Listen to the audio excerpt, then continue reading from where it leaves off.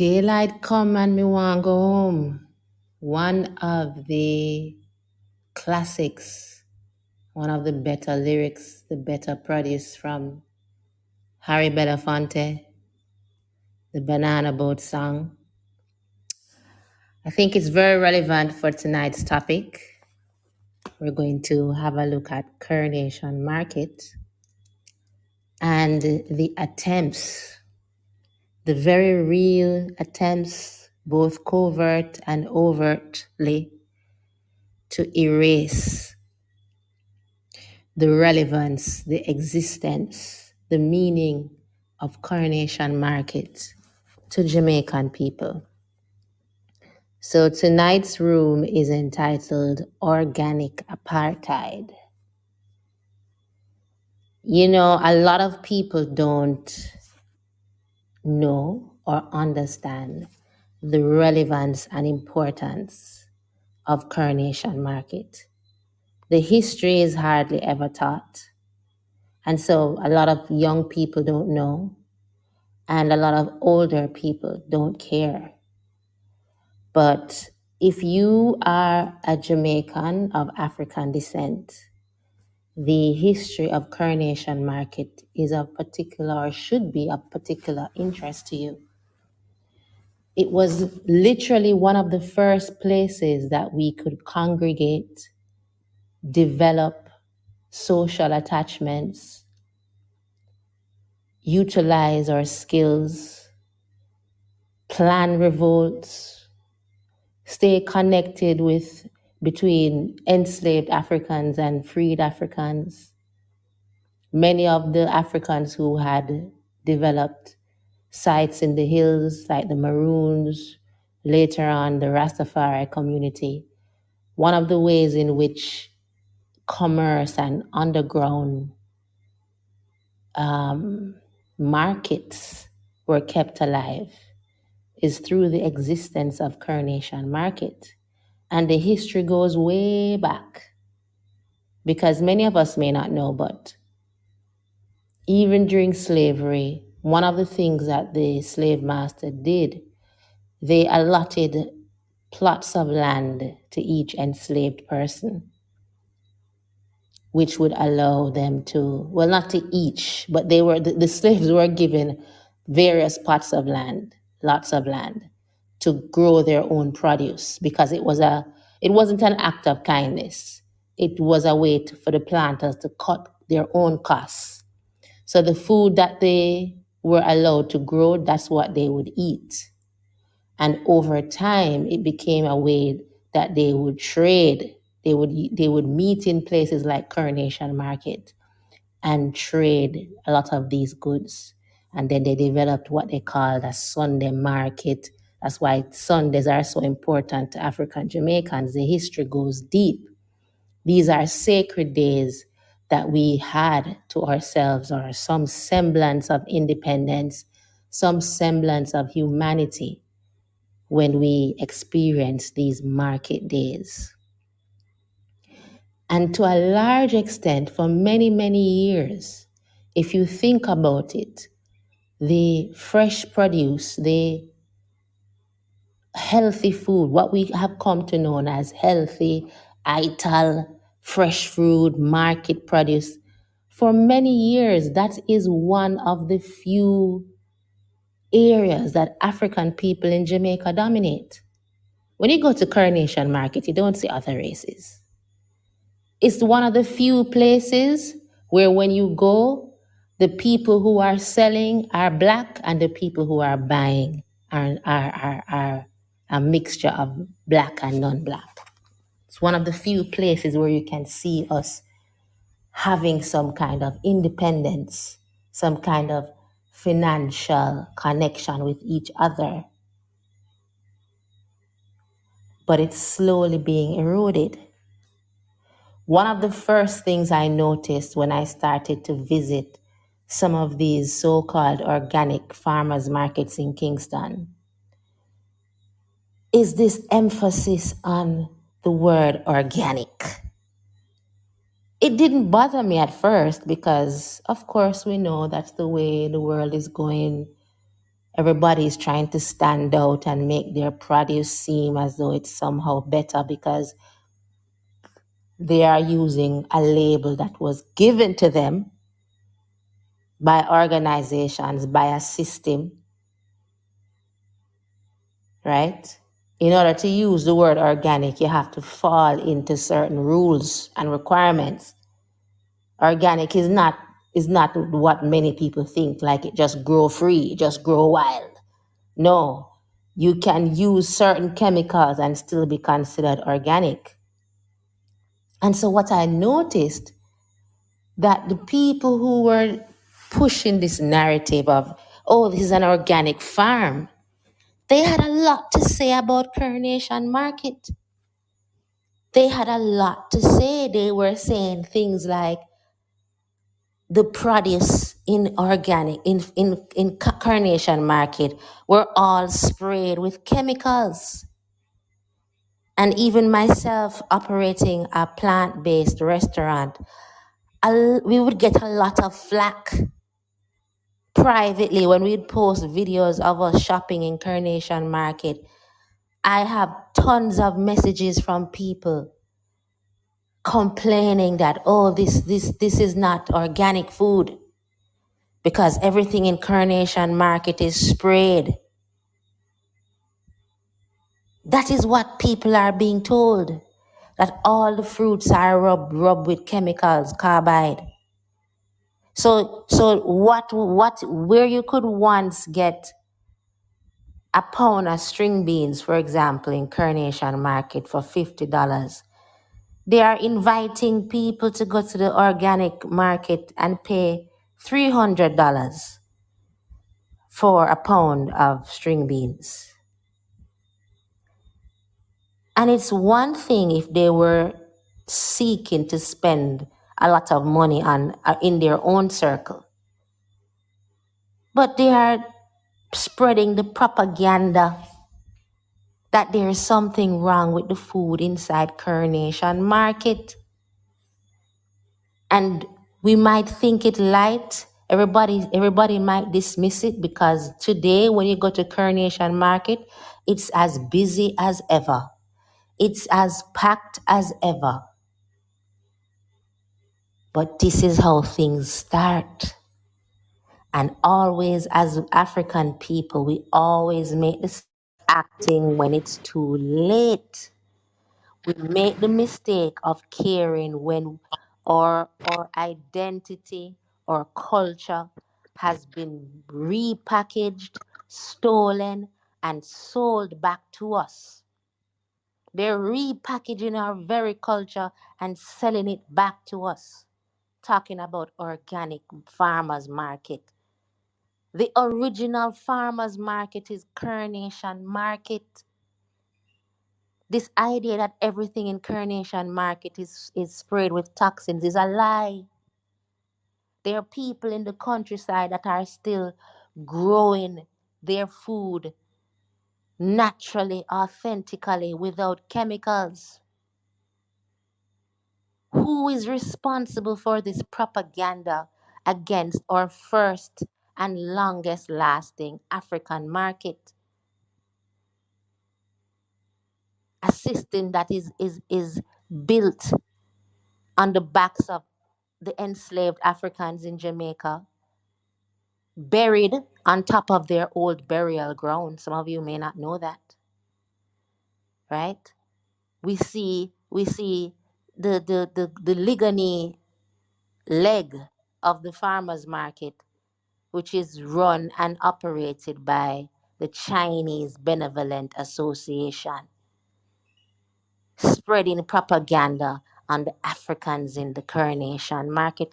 We cannot wait until this thing becomes serious. We have to address it now. We have to address it now. Now we see places like Fresh Approach.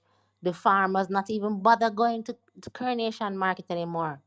They're dropping it off at the supermarkets because slowly in the people's mind is taking root this notion that Coronation Market full of spray, full of vegetables that are contaminated.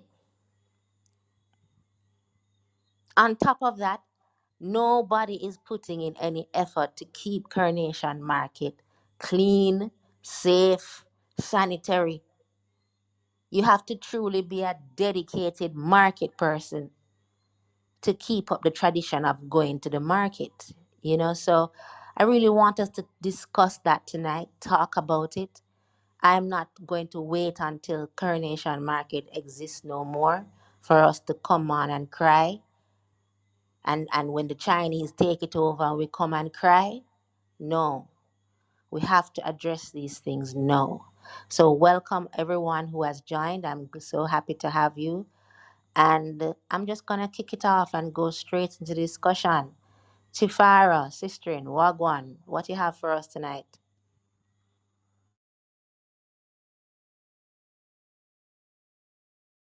And also welcome to those who are not on stage.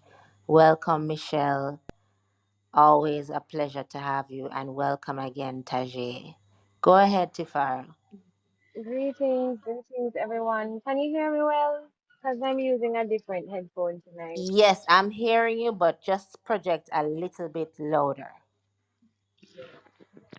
Okay. Um, yes, thank you for inviting me to the conversation tonight. I'm excited about this one because it means a lot to me as well. I think coronation is important. Coronation market is important to us and our culture and our source of food, our main source of food. Which I think is way better than what is in the supermarkets where most Jamaicans shop for so-called food, you know? So, I agree with you that there has been an attack on Coronation Market and a lot of propaganda spread that Coronation Market is full of toxic food and there's this new markets popping up all over the place, mostly uptown. I've been to Ujima Market once or twice, and I think it's run by the same people that own Source Farms. Um, and yeah, but I have a friend who shops there and she sings praises of it all the time. And she and I even got into a very bitter disagreement about Coronation Market and what is available there and how, the food there spray with all kind of chemicals and so. And there are lots of people who grow organically in Coronation markets. The problem is that a lot of people, as you said, aren't going to Coronation markets, aren't making it a habit, aren't making it a part of their lifestyle, their routine. My grandfather used to go to Coronation Market every Saturday, and he had the people who he would go to every week and him know them name, him know where them come from, him know what them grow. You understand? I think that's important in the experience of Coronation Market. And I've seen that same thing in my Kingman who goes to Coronation Market every single morning, every morning, and he knows it through and through. And he knows who to go to for the best of the best, who he trusts, who grows organically, who grows, with good intentions. Because there are people like that in the market as well. There's everybody in Coronation Market. Coronation Market is so big, and you can find everything there. I mean, he gets strawberries, mulberries, every fruit that you can think of that people think is not in the market is there, and they're grown in the best way. I'm not saying that there isn't bad there and there isn't, the influence of Monsanto and all those other companies that um share genetically modified seeds, right? But there is wild food there as well. There is the food that our ancestors ate in the market as well. And so I think it is important that we keep up these traditions. And as you said, if we don't, years from now, there will be no coronation market. And I think that is worse than having, no coronation market. I mean, a little coronation market with a little bit of, you know, maybe people who not farming so ethically or whatever. And I will say that I heard also that there is some issues with how we are farming, and maybe there needs to be some more education to our farmers on how to farm and how to take care of the soil so that the the the the food that we get from the soil is the best quality and the highest quality. So I do think that there is education needed. I guess that is the responsibility of the government ultimately. What is their role in all of this? What are they doing in all of this? What is their support of the coronation market? And it's very important to mention also the cleanliness of or lack thereof of coronation markets. It is disgraceful. It is sad. And a mayor has gone and a new one is here, and he has made promises, and I've been hoping that they haven't or don't forget coronation markets in their developments. So that's what I want to share for now. So I listen to what everybody else has to say. Thank you for that, Tifara. I think with every system or with every sector, you're always going to have persons who do not live up to the standard that we expect. So, of course, there is genetically modified food in the market. But the disingenuous part is that there's also genetically modified food in these so called uptown farmers markets. I remember when I went, there were some Chinese vendors selling mulberry flavored sea moss, and they gave me a sample and tried it. It was very sweet. I said, okay, what is this in it that's used as a sweetener? And they said sugar. I said, what do you mean by sugar? Just regular sugar? And they looked offended. Same thing when I asked what was used to sweeten their juices. Regular sugar. So if we're going to demonize people in Coronation Market who are not um, up to standard, it can't be that we're going to replace them with people who are doing the same and worse. As Tifara said, at least you can find there are so many options inside the market, and a lot of it is about classism too.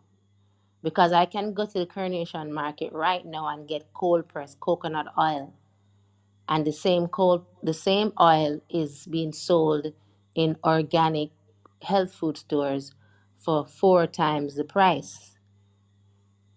And what I'm being told is that no, don't buy it from Coronation Market because it's not authentic. I must buy it from a store that gets its coconut from Shanghai. Very strange. Leighton, I know you're an avid Coronation Market shopper. I don't know if you've seen the uptown versions of the market. But what are your thoughts? Well, I have neither seen the uptown version of the market, nor have I heard the propaganda of which you speak. But as a Coronation Market customer of 20 odd years, um, I think it's a wonderful, wonderful institution. And it's so much more than a market. It's like in so many ways, it's a heartbeat of the nation. Like everywhere, trucks come to Coronation all time of day or night, every day of the week, from every part of the island. It truly is, and it's a fascinating ecosystem. And I was blown away to find out that the market in Accra is like they said there's no difference between it and Coronation. The the market dresses with the big pockets, the stalls, the everything. And I think that's one of our most significant African retentions.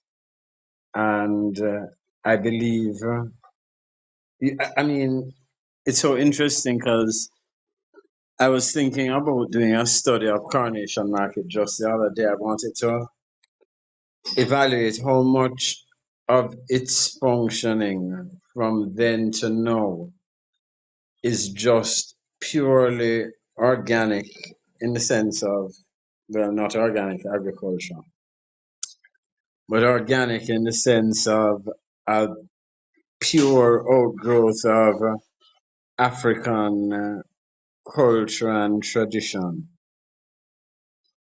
as opposed to something that was directed by some municipal authority. Which brings me to my second point. Um, to address Tifara's question as to what is the role of government, the role of government is to demonize the African sector of the society, to denigrate it, dehumanize it, and to prostitute it for whatever foreign interest will pay them their pimps' wages. To pretend at this late stage in 2024 like this relationship is otherwise than I've just described is sufficient to cause me to want to walk away from any conversation, because it's like it's too plain now.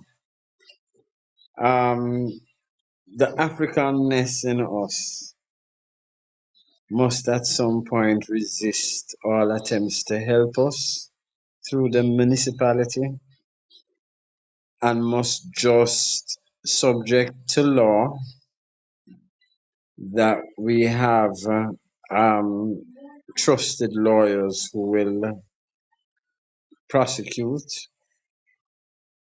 or defend our interest. But Coronation is for us. Coronation is not for them. I'll never forget one day I was sitting in the stall with Bushy. That's my herbsman. And he, somebody came to him and whispered, to motion him to the side and whispered something, and he whispered back.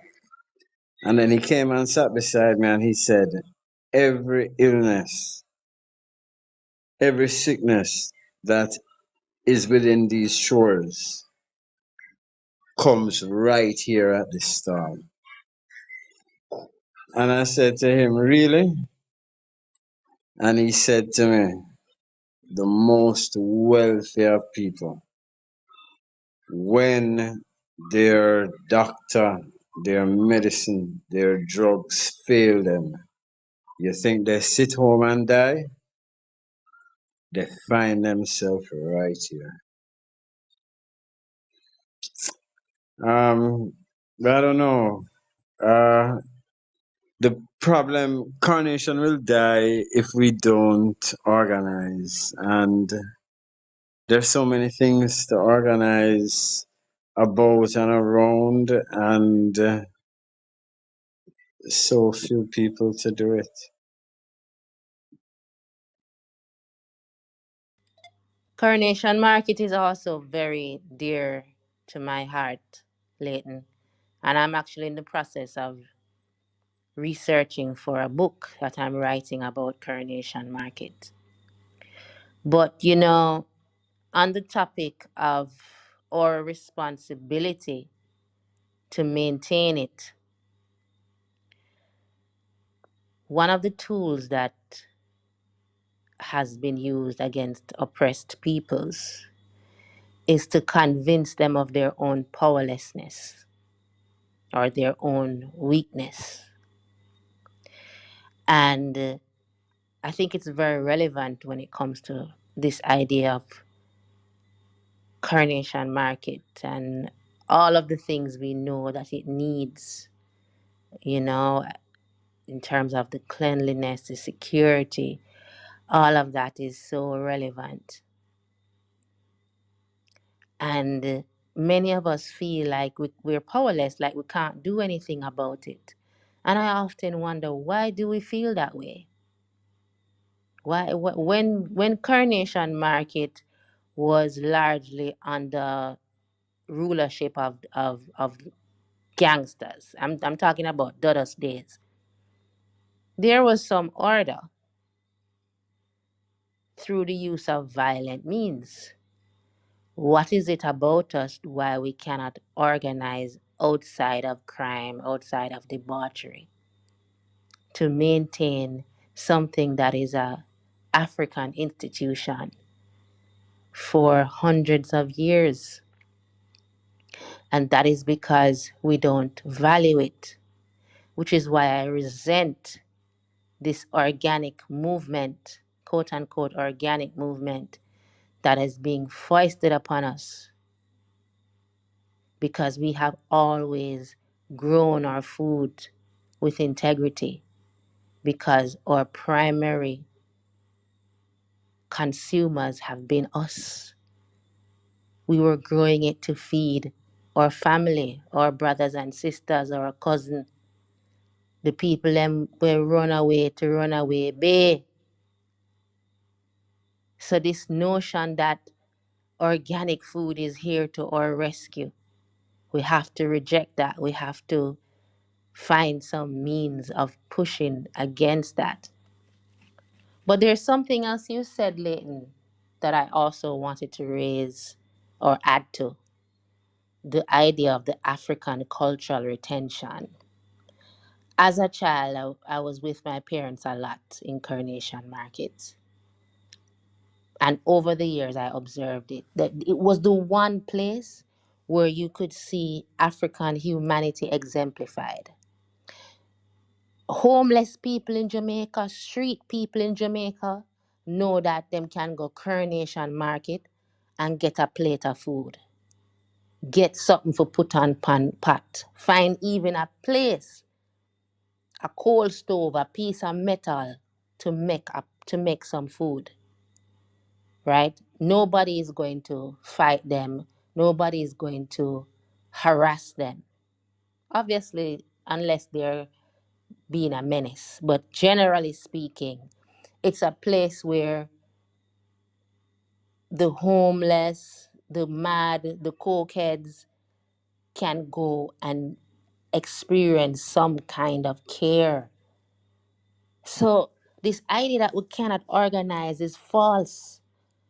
It's just that we do it so well, we do it so instinctively, that because we don't call it an organization or we don't use the word charity, people think we don't know it. No, we know it so well.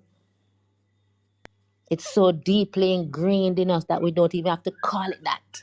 You see me, I say, Leighton? Look here, going to market was an eye opener for me. That ecosystem, and it's so, even parts of it that look haphazard are so finely woven into the whole thing. It's almost metronomic. It's phenomenal. And yeah, I often wonder, like, if because it's us, it's we doing it, running it. Like, there are people. There's a bank in the market. Like if you want to, I mean, I said bank. I don't mean like lending 1 million and 2 million. I mean tens of millions on nothing but your word and your track record. It's incredible. Incredible. And and we like people only who know, you know. But it's it's a it's a phenomenal thing. I if if we had this conversation 5 to 10 years ago, I would have told you that no amount of propaganda, no amount of scheming, no amount of anything can kill Coronation. But when I look around me, I realize that complacency is to be guarded against. Absolutely. Um, I want to read an excerpt from a book. It's one of the books I found when I'm doing my research on Coronation Market. It's by a man called Hume Johnson, and the book is called Ode to Kwashiba, Resistance Rituals Among Higla Women in Jamaica. Just a quick paragraph I'm going to read. The very essence of planting, harvesting, and selling their own crops transformed the mostly still state owned and controlled provision grounds into an arena of independence and material betterment, as well as a source of personhood. In other words, the most illiterate had officially entered the money economy as skilled entrepreneurs and autonomous financial brokers. So important had the Sunday market become that the otherwise stringent laws restricting the mobility of the slaves were relaxed during the apprenticeship years of 1834 to 1838, at least where marketing activities were concerned. And when I read this, it was so fascinating to me because, as you were asking earlier, I think Tifara mentioned it too, the sheer power that was the organic power behind, I'm using the word organic, but in a different sense, that fueled the movement of these Sunday markets, which eventually blossomed into what we now know as Coronation Market. It was such a powerful force that after a while they couldn't stop it. After a while, some of the landless whites were going to these slave markets and purchasing from them. That's how big it was. It was a force in and of itself. How much black people build them house from Higlerin, you know? So we have to understand that it's not as simple as health propaganda. That is the cloak that they have put it under. That, oh, we're concerned about the health and integrity of the food. No, no, no, no, no. It's a matter of economic power. It's a matter when a woman can get up and go downtown and sell the callaloo that grew on her in her yard. She don't have to sell anything at Mr. Chin shop. She don't have to sell. She don't have to pump gas at Mr. Issa gas station.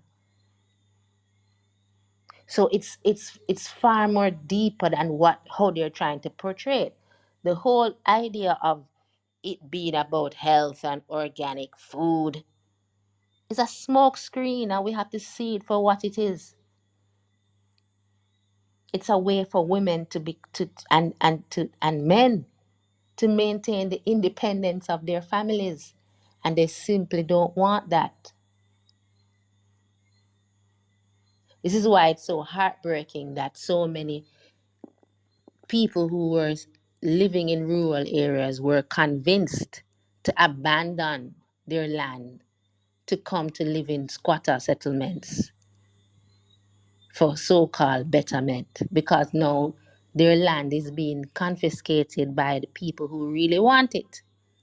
So you leave your land that you could have planted callaloo and papchow and sell to come now to live in board house shack or concrete jungle. And instead of your fresh callaloo, you have to now eat Maggie, cup soup, and bulla from Mr. Chin Shop. And we don't understand that these things start slow. But Tifara, you mentioned earlier a conversation you were having with one of your friends. What percentage you think of people our age group still visit the market? Is it how you think it's really a dying thing, or you think it's already dead?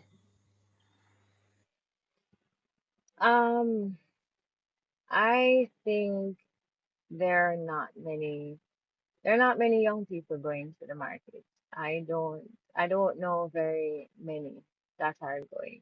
And when I do talk about, not that I am as young as, I'm a little bit older, but um, I would be in the age group that would be interested in going to the market. The younger ones than me, probably not.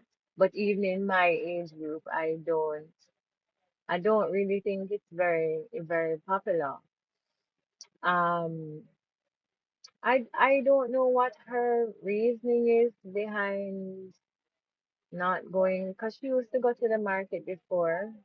Um, I don't know if it's because they live more uptown now, you know, it's closer to the Ligani.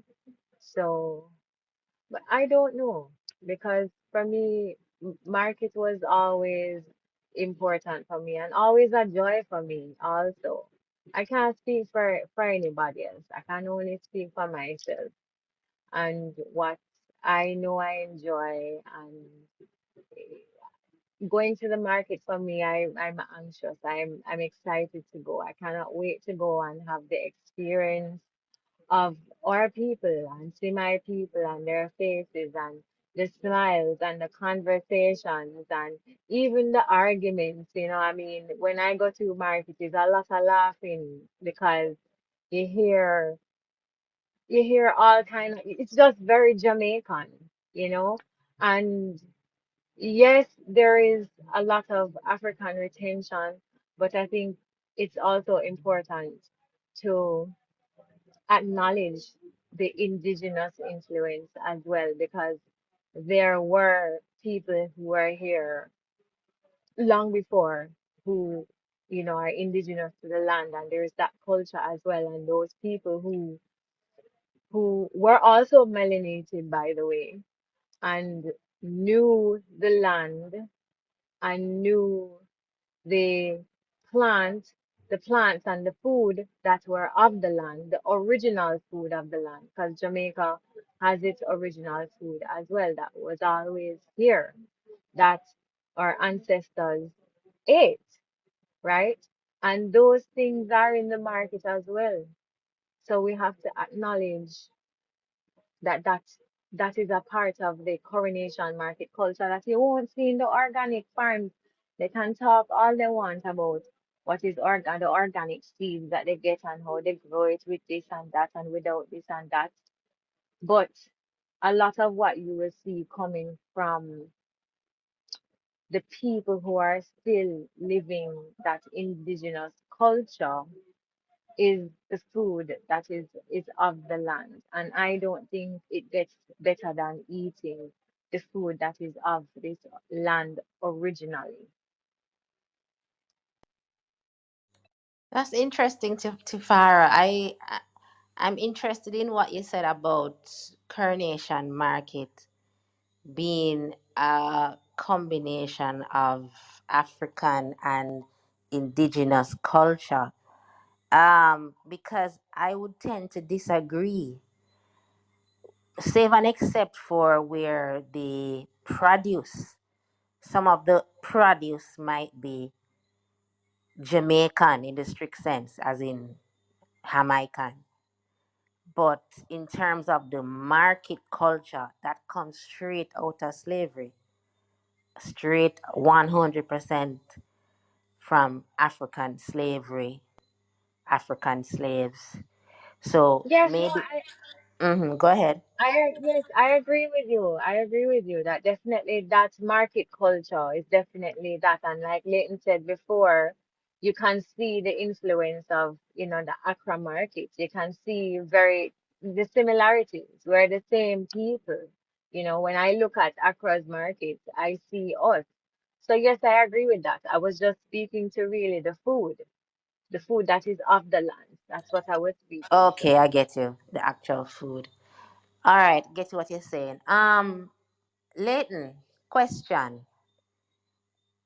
So much of what is being lost in terms of the cultural visits, the culture of visiting Coronation Market, is because people are not taking their children there. You know, Tifara spoke of her grandfather. I know you visit the market with your children. My parents took me. These people who are 20 and under, who is taking them to Coronation Market? Who is instilling in them the idea that Coronation Market is a staple? People don't even cook Sunday dinner. So a big part of why people go town on a Saturday morning is in preparation for Sunday eatings. But if Sunday now we just roll up to the drive through, how relevant is Coronation Market? And if the young people don't value it, within another 10, 15 years, we're not gonna see it anymore. Boy, Keith, you have me thinking now, because when I first started going Coronation, and I would tell my friends, "Oh, you go Coronation?" No, sir. Mm-mm. And when I would tell them about, when I would tell them about the vehicles that I see there, because that was the first thing eye opener to me. Like, if you reach Carnation by daylight on Saturday, you're late, late, late, late. You can't get no parking. And around that time, when Dudus control the market, you could leave your car open. Like, literally leave your car open. Nobody now. I used to be friends with good friends. He died now. One of them, Nikomar, died during the incursion in Tivoli. But those guys, you could leave your car open. It's even the security network is detailed. They know who is to be on watch. Like if a car go missing, you know who is responsible at any time of the day. Boy, it was something else. Really something else. I really I won't know. But when I talk to my friends and associates and colleagues who I got Coronation amongst them, I got Coronation amongst them. And it's so funny, like if you buck up a lawyer in Coronation and him seems a counsel and he's not gonna greet you with a handshake, him or a click finger, which a click finger a court, but it's more than a health thing, is a way of being, it's a articality, it's just a liberty, it's just a vibration. And it's sad, sad, sad, sad, sad. 'Cause when Keisha mentioned about the age of the people, them, the only young people I see in a carnation are people where I said, and some of them you can see say, under duress. Like them father said, they have to help out a sister. I don't know. I don't know. That's hilarious, Leighton. But the other important aspect of Coronation Market culture, and we can't, this is serious, serious. This affect our economic independence, and it affect our health, and it affect our indigenous knowledge, both African indigenous and the original Jamaican indigenous. Now check it. Where else on this farmer plantation can you freely buy and sell African medicine, bush medicine? You don't have to go through no labeling. You don't have to stop at FDA. Nobody not have to check and verify. You just know based on the credibility and the history of the people, word of mouth, African word of mouth, brother to brother, sister to sister, which bushman is credible, who has reliable blends, who is clean, who is knowledgeable. We don't have that anywhere else. If you are going to take a blend, a herbal blend, to a organic food store, it has to be labeled, it has to be scrutinized. And not to say that there's anything wrong with verification, don't get me wrong. But what I'm saying is, Coronation Market and institutions like Coronation Market, it is a way to retain our bush doctors, right? It keeps them relevant, it keeps them alive. Lately, you're always talking about bushy. And to this day, there are people who just go to bushy and say, listen, I have swelling, I have inflammation, and he knows what bush to combine and give it to them without you having to spend $20,000 for screening, this, that to get MRI, blood tests, whatever. That's something that's critical to our culture.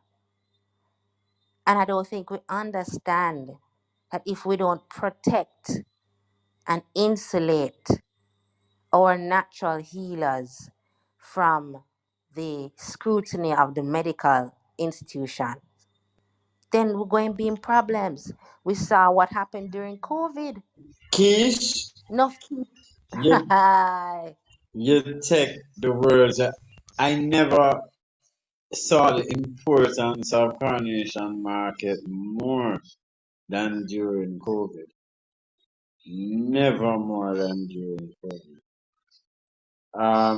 I was on the road um, as a Coronation pro COVID. I was, well, as you know, Keish, I was actually selling fruits and vegetables during that time and traveling like island wide. And we just tell police, when you read that thing, I nearly died laughing. We just tell police, market, and them just make we go. No mask, no nothing. Market. And so many of the market people were unmasked, like three quarters of them. So many of the vendors would just put on a mask when they're dealing with customers and, lower them when I'm dealing with each other.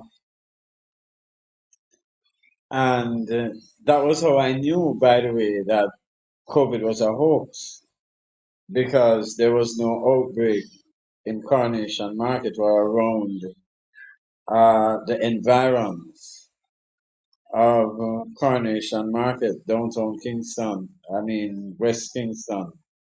No outbreak there. How could you not? People are coming there every day of the week, day, night, late hours of night, from all parts of the island. How could you not have an outbreak there?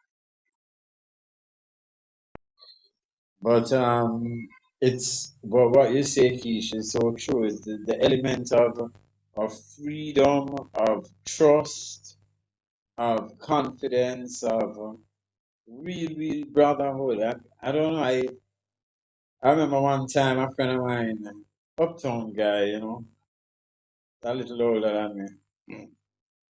Pure And he uptown was friend you saying, have, so, Leighton. come again? Pure uptown friend you have.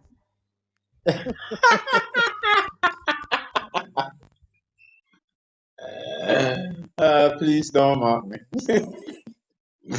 But he said, so what are you doing Saturday? I said, I'm going to market.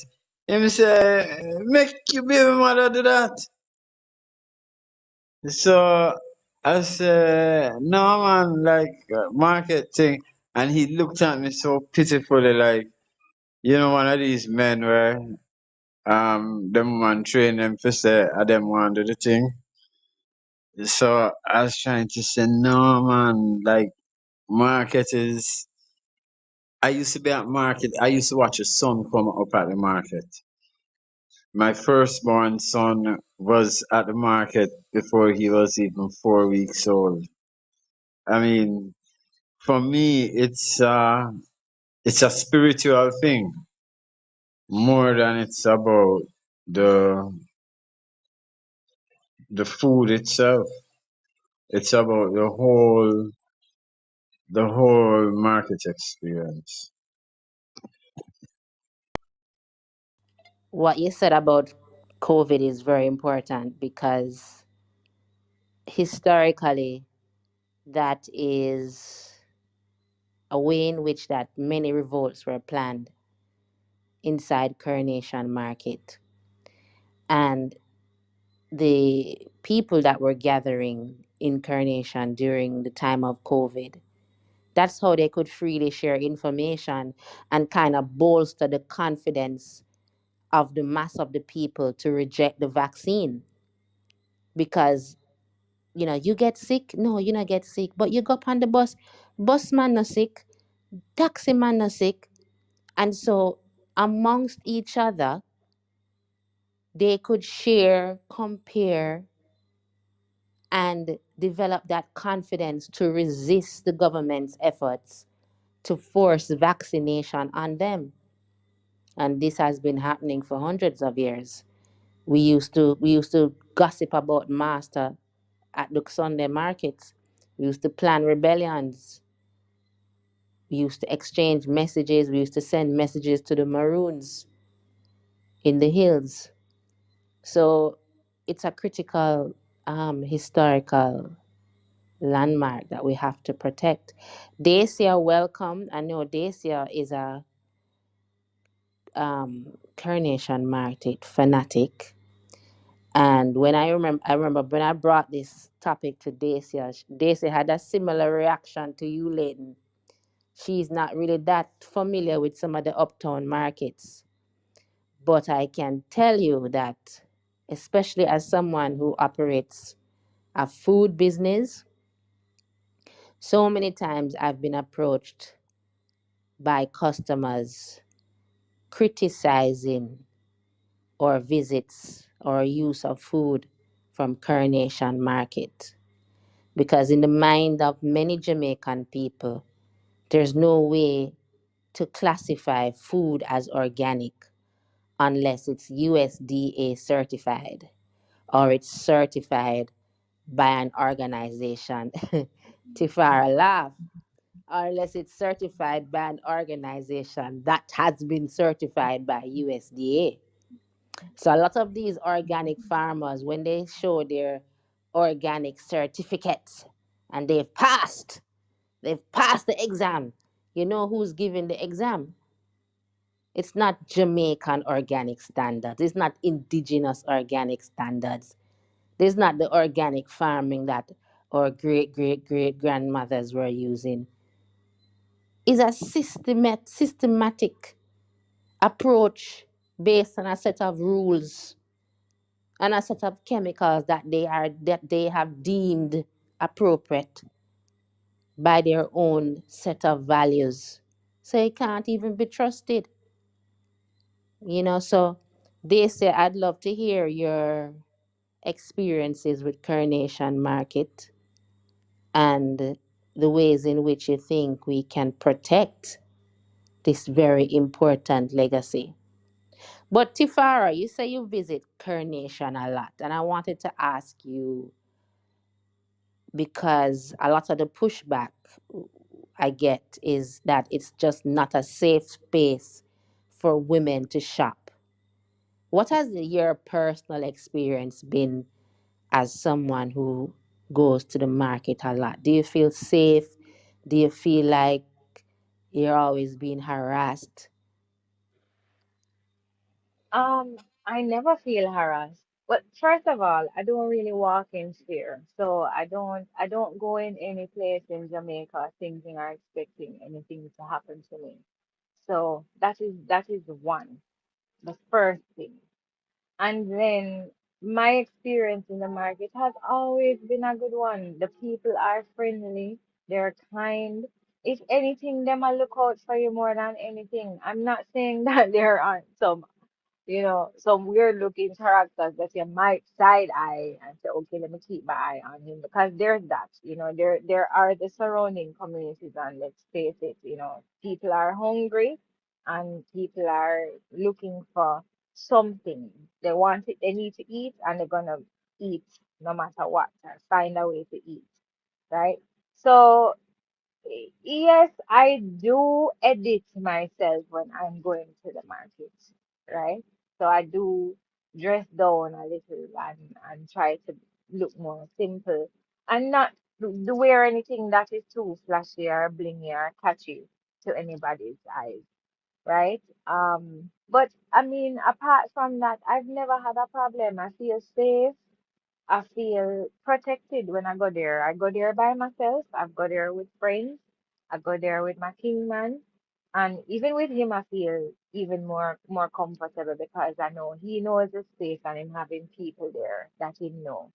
So, it's always a joy. And I love going there by myself as well because I feel this sense of independence, and I'm learning vendors myself and getting used to faces myself, and I know the spots. I know certain spots where I can go for specific things, and I know I can always get the good papaya here. So I know I can get the best melon right here. So I mostly buy fruits in the market. Yes, I buy vegetables sometimes, but most times it's fruit.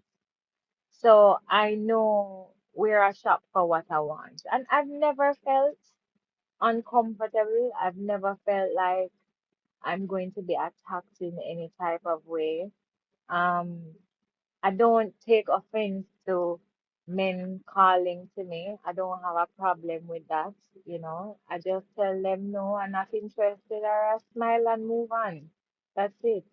Um, Never felt threatened at all. And there are lots of elder people in the market also, and I think some of them have an eye out too. They're looking out for you. So I just feel like it's a space to me. The energy in Coronation Market to me is family. That's what I feel all the time. It's always a joy for me to go to Coronation Market. So even just the experience of being there and going from stall to stall and talking to people and sharing jokes and hearing stories and all of that makes the Coronation Market experience what it is. So if I didn't have that experience anymore, I would definitely be missing it. Okay, nice. Dacia, welcome. I had a earlier Tifara was talking about the sanitization of Coronation Market, because we know that's an issue. There's an issue with garbage collection, there's an issue with sewage, right? And we discussed before you came on, Dacia, that a lot of that really should fall on our shoulders, is our responsibility. But one of the things that came to mind, every year we have these groups of people that go around on these beach cleaning missions. Gotta clean up the beach. Gotta clean this. You gotta keep the beach clean. Is there any similar effort for Coronation Market? Is there any civil group or quote unquote charity group that is dedicated to keep Coronation Market clean. They say you know about that?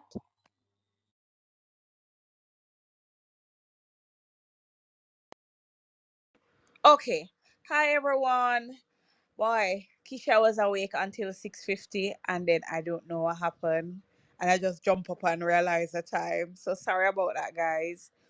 Um, the sanitation.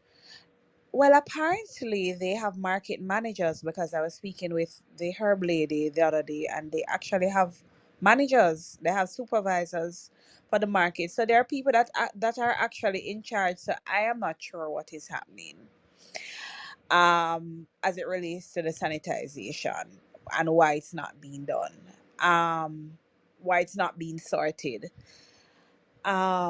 Sometimes these things are intentional in my mind, to make it unattractive for persons, but I just park my vehicle and go about my business, um and after a while I get used to the scent. That's really what is happening. um And I'm sorry, I never did this more often. I've been going to Coronation from I was in university, but I didn't do it often. And then I realized that I was not getting everything that I wanted in the supermarkets or uptown.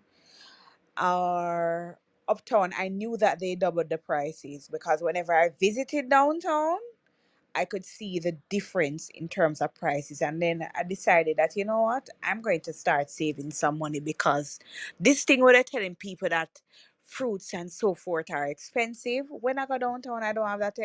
I do not have that experience. And I decided, I think for the last 3 months, I've been going every Saturday. It is now at a point where I start going like every like 2 days for the week. I am down there because it's almost like it's so difficult for me to buy things uptown now because I know the price is downtown. It's very difficult for me to shop uptown now. Um, you guys are hearing me, by the way? Just making sure. Yes, we're hearing you. Okay. So firstly, and I would you would have seen where I shared some tips on my page. For persons that want to shop, for me, Saturday is the best day because everybody's there. If you don't want a shopping crowd, get up out of your bed early and you reach latest 6 a.m., where you will be able to get proper parking in my view, and I do not get any harassment. I go right around the Tivoli there, so I didn't even know that the parking was so far back.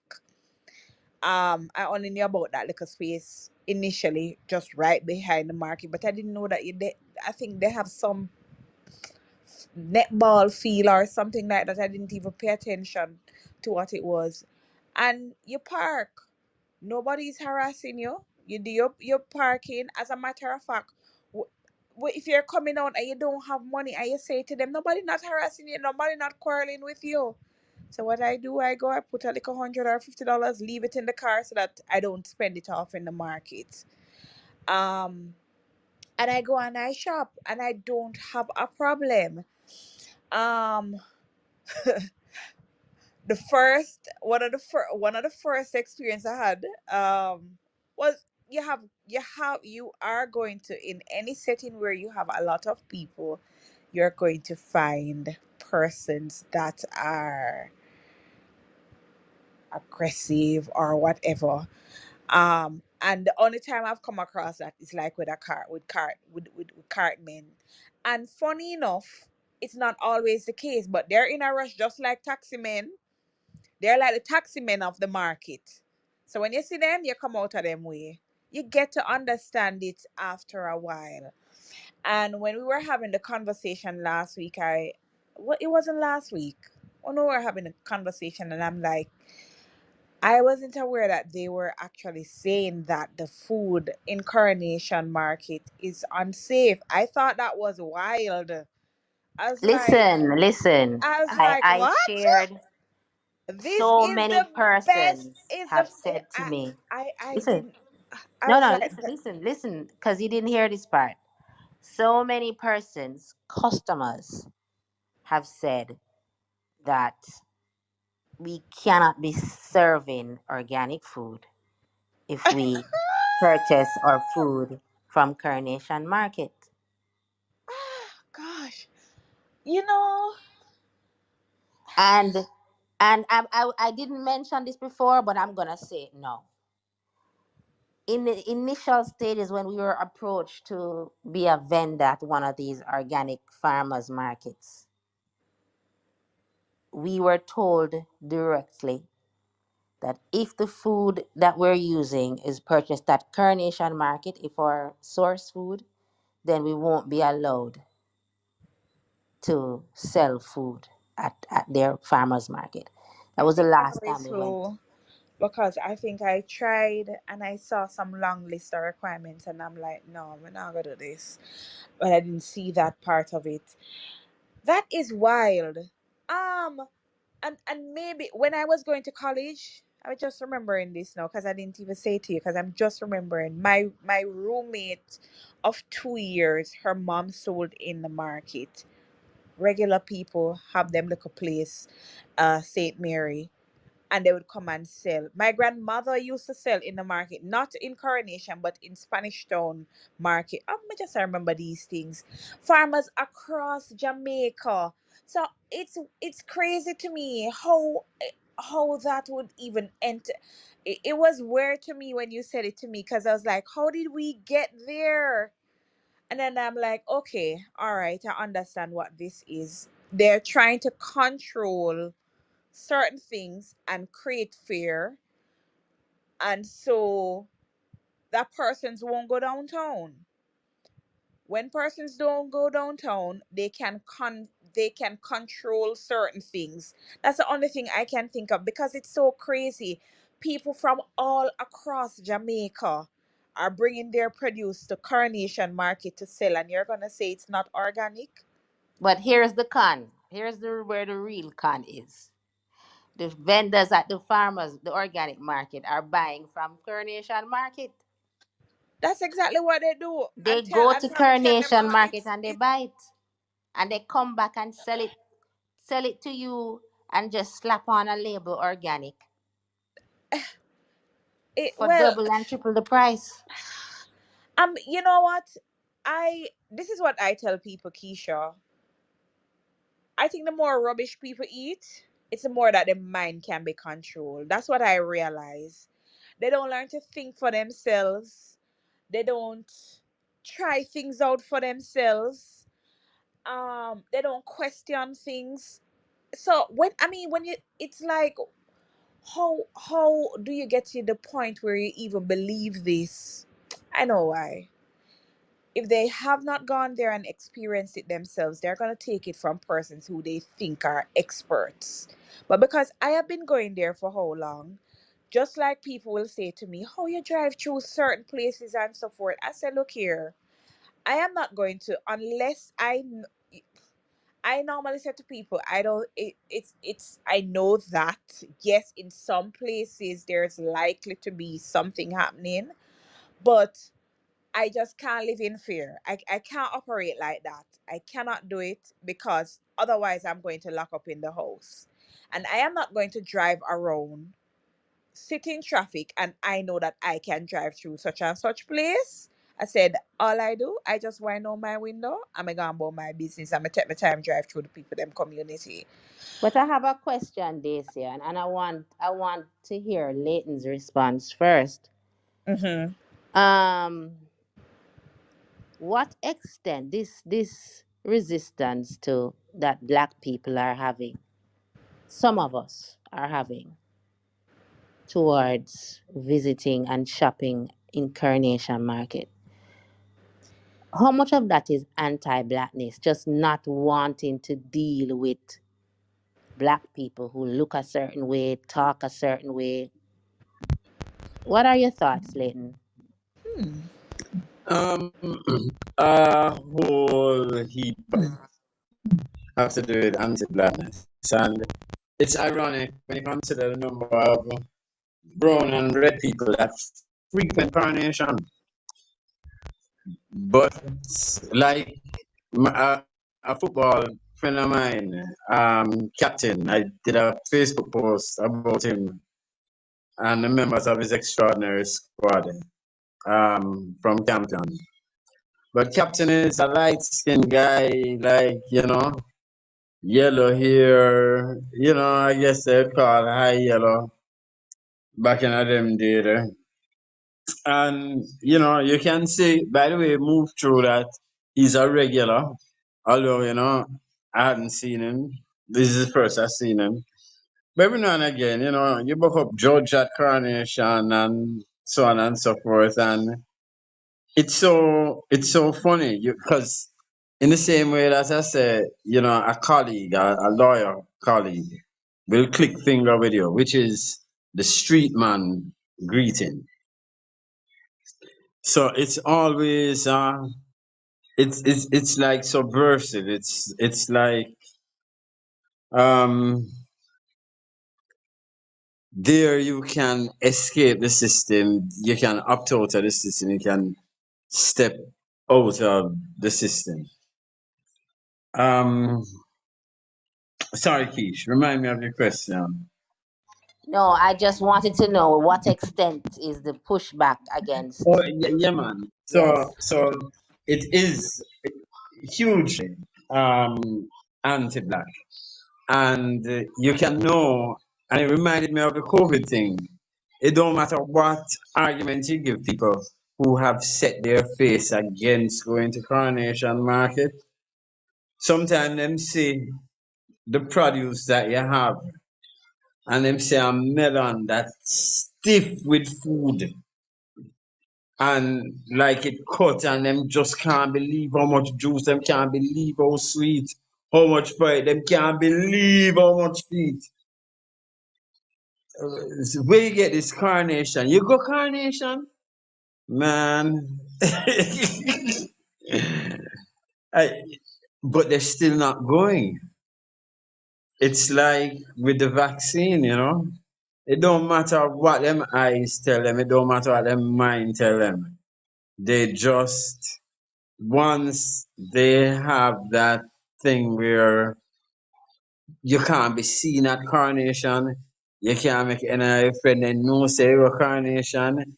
Even if you did just a follow Leighton, that's not a good enough excuse why you'd ever find yourself doing a Coronation. Then suppose something ever happen to you down there. The whole of them would not just say at your funeral, serve all right, me don't know where she go down a Coronation for. Once But people grow it's hilarious, Leighton, because the restaurants, the Indian restaurant, the Chinese restaurant, all the uptown restaurateurs, that's where they get their produce from.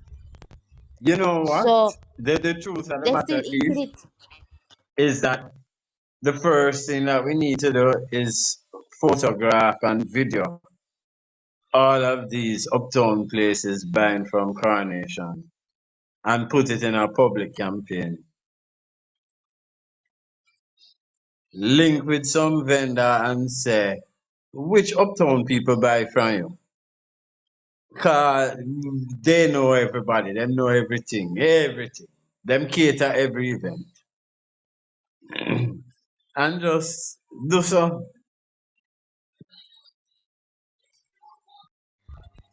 Um, but the other thing is, there's the very real issue, as Dacia and Tifar mentioned, about how dirty the market is and how unpleasant it is. Is there, well, there is a market for people who want carnation goods. This is another section of people now. They want the goods and they're happy to eat anything that comes from Carnation Market, but they don't want to physically go down there. And I know that there are a few businesses that have popped up that offer the service of going to the market on people's behalf. Is this something you think this year we should be encouraging, or is this going to just ruin the culture and experience and authenticity of Coronation Market? Um, encourage in terms of persons offering the service of going Yeah, shopping so like if for other we, persons? for example, we are in the wellness industry, Right. as opposed to saying, you know, want go coronation, dead for hunger, go nyam the Chinese plastic watermelon then. One of the things we can do is be that bridge, be that middle person, Absolutely. and supply our people. Since we enjoy the market experience, we can be that middle person. And I think it's much better than them going to Mega Mart or Maga Mart, Oh, as Linus jeez, would say. yeah. Oh, gosh. Um, all right. So, to comment firstly, just to add, I love going to the market. I don't know. There's this high I get when I'm down there and I see the fruits and I see the fruits and all of that. Because I didn't even realize that they had a whole section for fruits. Anyway, that's not for another time. But Keisha, you hit the nail on the head. That is an opportunity that I saw because, and I see people don't, some people will come out and say it, but I realize that customers have been saying it to me. Oh, I don't have the time to go shopping. Sometimes you hear the need, you hear the opportunity, the business opportunity is there. So one of my customers actually reached out to me and said she found somebody who did it. um and she was giving me his number to use him, and I'm like, why would I use him? I go market, right? And I said to her, I would eventually offer the service. It's just that I need to just get to know some vendors more, and I'm going to need to organize probably either with a cart man, because that's the life down there. If you're gonna have be buying, a lot of produce and so forth, you need the cart man so that you can get your produce to your car and all of that. But I think it is a wonderful idea. And it's a business opportunity for persons who are fine with going to the market, and they can actually offer that to other persons who don't want to go because of fear, or because unfortunately they are tied down by the capitalist system. Because that's another thing that's happening, people are so on that hamster wheel that they can't even find time to buy proper food for themselves. It is sad. It is so, so, so, so sad, but I see it. But I have customers that they're like, boy, they say, I wish I could so and so, because I keep talking to them about meal planning, right? And so forth. And they're like, I wish I could get the food. That is my problem. I need the food. I need the food delivered to me. I need somebody. And I'm like, okay, all right. There's a gap. I can't manage it right now, but I wish that there were more persons. But there are persons out there that's doing it. That's where the people in Barbican go and shop. That's where they go and shop. Yeah, And then but you have the long.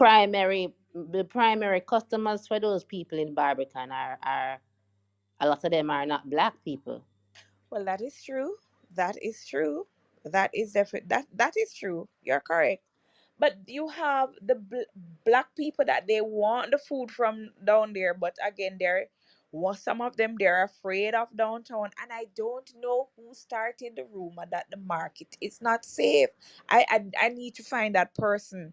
I don't know, but I've never had an issue. I have never had an issue. Um, I mean, it's there's something else which I said when it's similar to when there's people ask if herbs safe, and I had a former manager that would say get up in my car. It's so I find it so annoying when people ask if herb is safe, and I'm like, yeah, I drink mint tea every day. Or not drink mint tea from our pitney.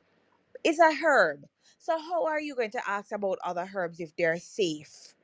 You're born and grow in Jamaica. How are you gonna ask if herbs are safe? It's food. Come on now. But I think people just listen to things. People like to be told. Keisha, this is something I've realized. People like to be told what to do. And that is why influencers do so well. Nowadays, they like to be told. They don't want to experience things for themselves. They don't want to say, let me go try this myself. Or these people are saying this herb is good. Maybe try it and see if something goes so. It's like they want somebody in a white jacket to come and say, this is safe, or they have they have, boy, I don't even know if it's a they or it's just us being cowards. Why we don't want to try things out for ourselves? Why is it that we need somebody that is so such and such have things that they call behind them their names? Why do they need to tell us that herb is safe when our grandparents and ancestors have been drinking these things for years? And a lot of these people have country background, and you're now afraid to do certain things because somebody in a white jacket or so forth never tell you, or somebody white didn't tell you that it's safe for you. It's just crazy to me. Tiff had her hand up, and I see Leighton buzzing. Jump in, guys. Tifara, you Yeah, are first. I wanted to say that it's the same thing happening in markets all over Jamaica. It's not just Coronation Market too. So it's really a cultural problem. And I think it's maybe the promotion of supermarkets as the best place for food and where everything, you get the best of everything. You get the foreign food as well. We've been promoted the foreign food to us through the cable television and all of that. So we're going to go and see all the pretty packaged foods in the supermarket. So that's it because I often go to the market in Portmore, the Aki Village market, and it's unfortunate because I like to go there as well.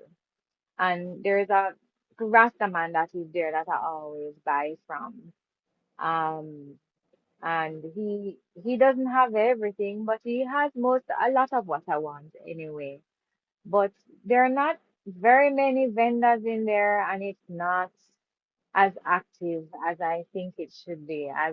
As Portmore is such a populated place, you expect to see more people shopping there, and you just don't see it.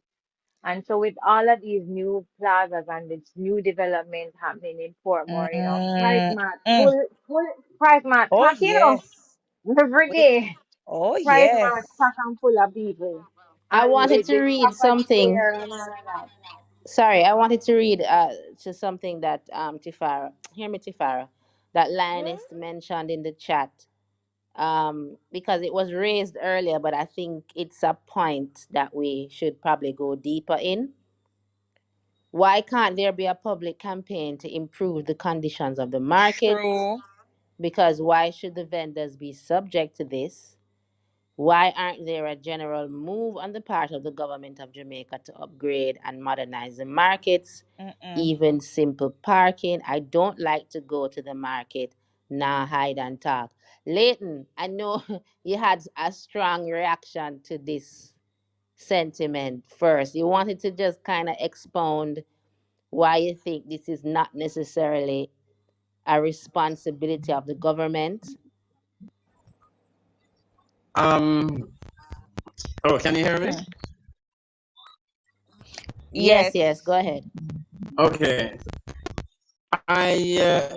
Of course, it's the responsibility of the government. But who is the government?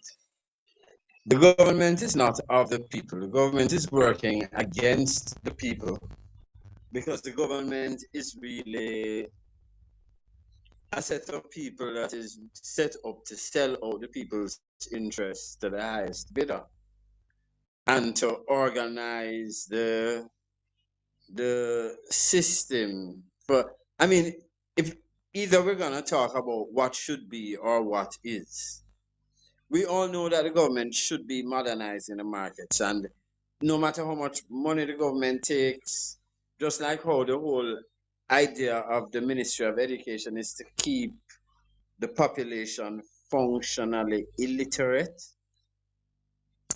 the job of the municipality is to keep the markets overrun with sewage and garbage, etc. It's not for the people. So if the people want a better market, and what happens is, and this is where this is where the real disconnect come, and this is why I'm a bun the hottest fire upon all PNP and JLP. Because what they do is they give the people the idea that through these organs of government handed down to us from England, Westminster democracy and local government and mayoralties and municipalities and all this bullshit, that you will elect representatives who will see to it that these agents of the state, um, these municipal bodies will make your life better. And so all of the people's organizational verve and direction was muted and given over to this uh, political organization, which really is set up to do nothing for the people. And now all the people will sit down and say, "Well, government had do about that? Where the government had do about that?" Like say they no see. Say government no plan to do nothing about it. And they can't, they don't know how to take over the reins and say, okay, since the government isn't doing this, we're gonna do it. They're even afraid that their efforts to ameliorate their own condition could end up in their arrest because they know they're not stupid. They know that government is not doing it for a reason. It's not just pure benign neglect. Government is not doing it for a reason. And the reason is economic as much as it is social and political. So they know that even if they try to do it themselves outside of or go around the organs of government, they're gonna be heavily persecuted, most likely in denial of their livelihood. So that's the reason that it doesn't happen. But I said it before and I'll ask again. All these interested groups that are going around on beach cleanup missions. Why? And this is a question for all of us, even those in this discussion. Why don't we, who are so invested in healthy food, Coronation Market, natural healing of our people, why don't we have an organization that's dedicated to keeping Coronation Market clean? Keisha, Mm-hmm.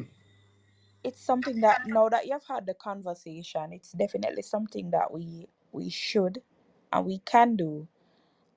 Because I always ask, why is everybody doing beach cleanup? It's like there are so many other things that we can do in Jamaica, but you're right. If we cannot wait on the government is self-serving and it's more and more obvious.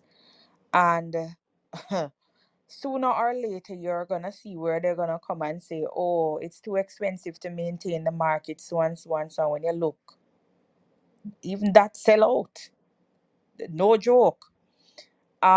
So it's something that I think that we can definitely do, whether through crowdfunding or whatever. They speak about how the market is nasty and this and that and that and that, but if the people are disposing the garbage and nobody's collecting it, then what do you expect? What do you expect? And they talk about how the people are this and so forth. Because there's a whole space down there that everybody just throw things in and out. I mean, just walk past it because I'm like, if the government knows about this and they have people employed and they're not doing anything about this, they can't blame the market people.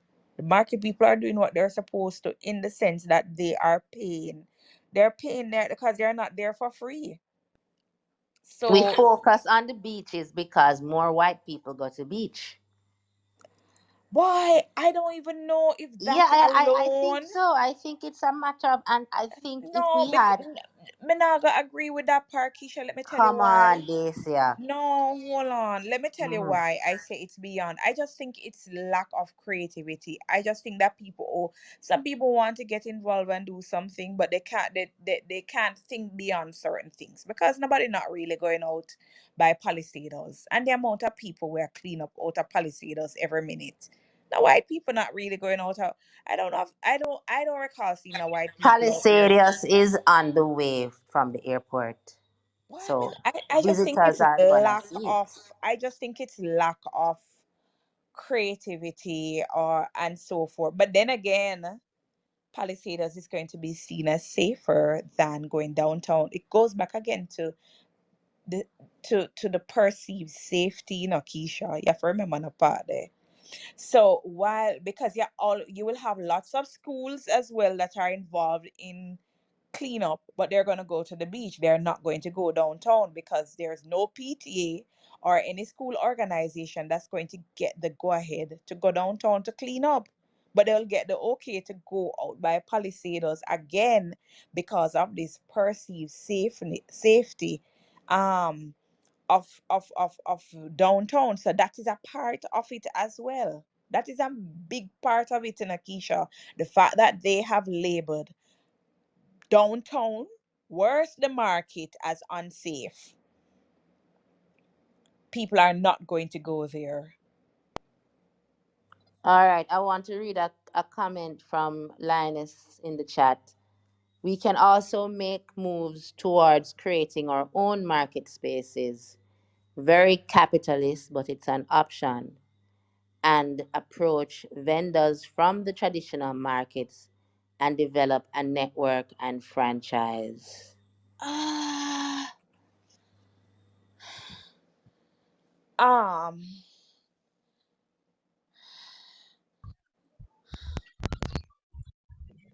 Um, I'm not gonna say it won't work, but when you understand how downtown work, Danielle, just by listening to the vendors, when all right, so you have different set. You have the set that is coming from country with them food. You also have the set that are buying from market trucks from I think they buy it from Thursday or Friday, something like that. They buy it from Thursday or Friday.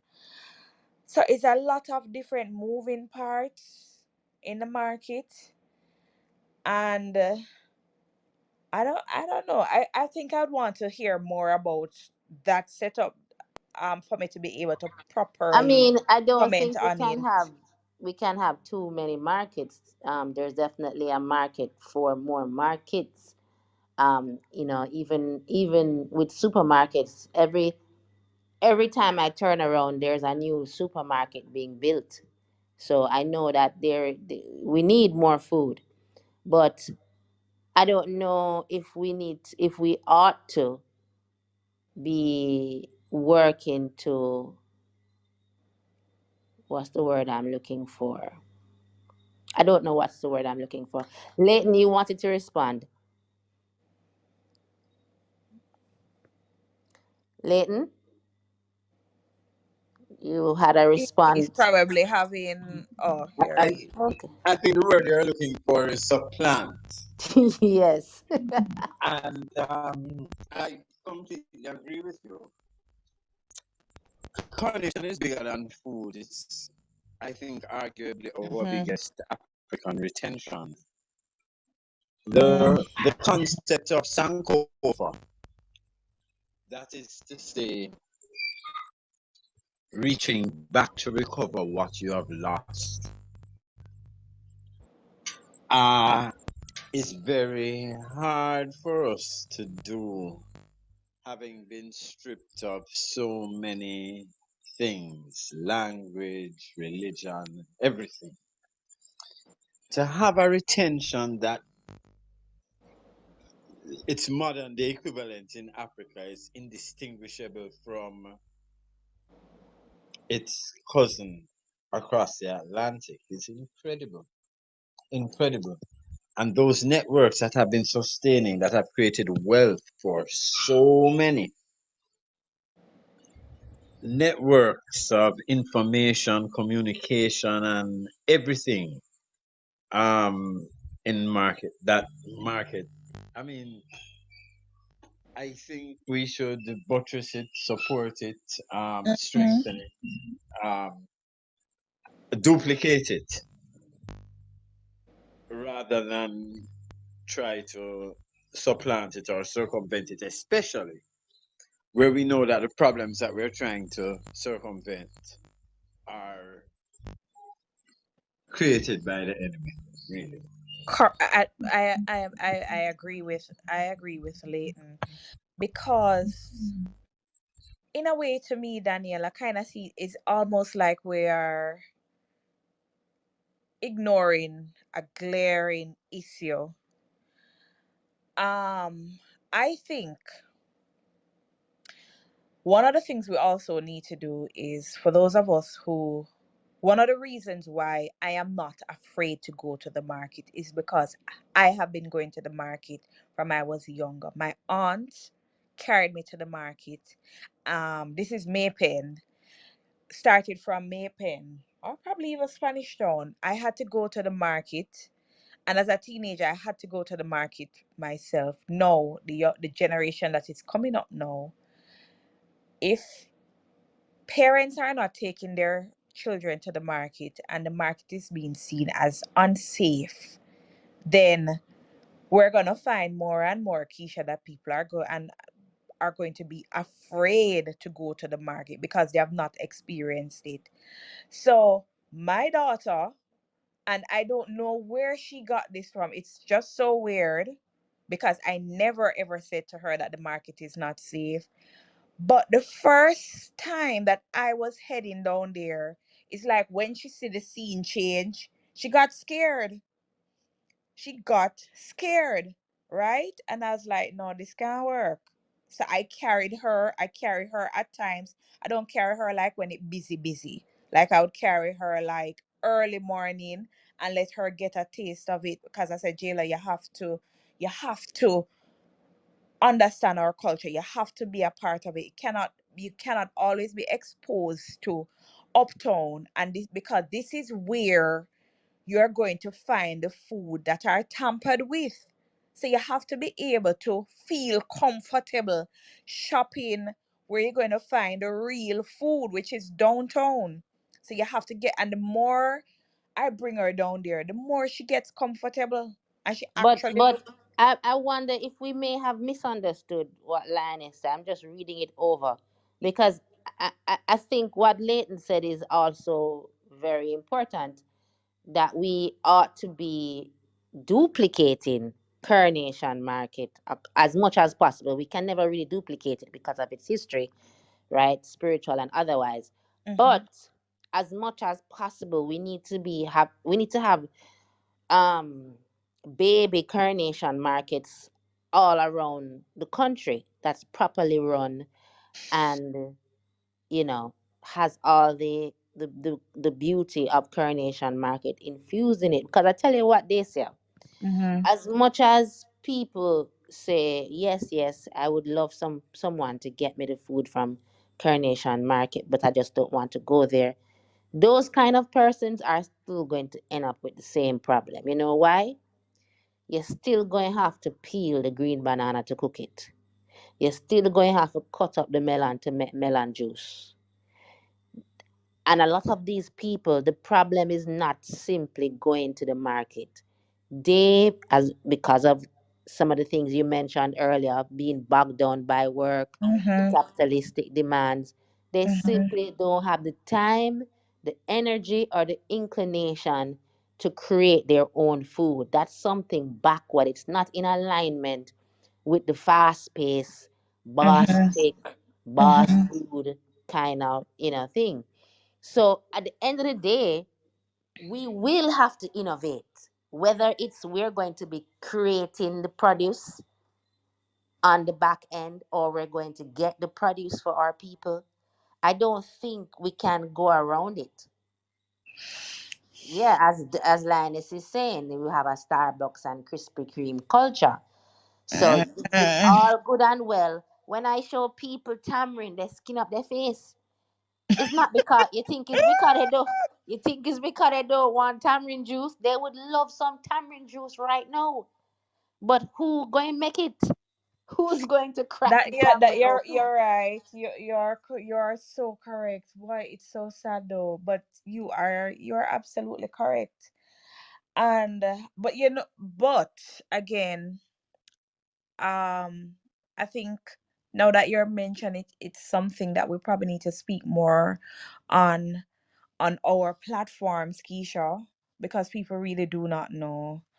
Um, this is also a business opportunity for many people that's sitting there and people don't even realize. And encourage persons to get into it, more persons to get into doing this, going getting the produce for others and selling it back, and there are people that are willing to pay for this service. Not talking about the people that want the In addition freebies. to that, Dacia, in addition to that, I think what we have to do too, not just in addition while we're cleaning up and everything, we have to also equip the people who are already in Carnation Market with some things that they may need. A lot of these vendors, so like him, the melon man, if he had a good station where he could wash stuff and have a like a maybe one or two Vitamix, if some of us would invest in a few stalls like that, where people could come there and get melon juice on the spot, they would increase their sales. They would increase the amount of people visiting their stall because people want melon juice.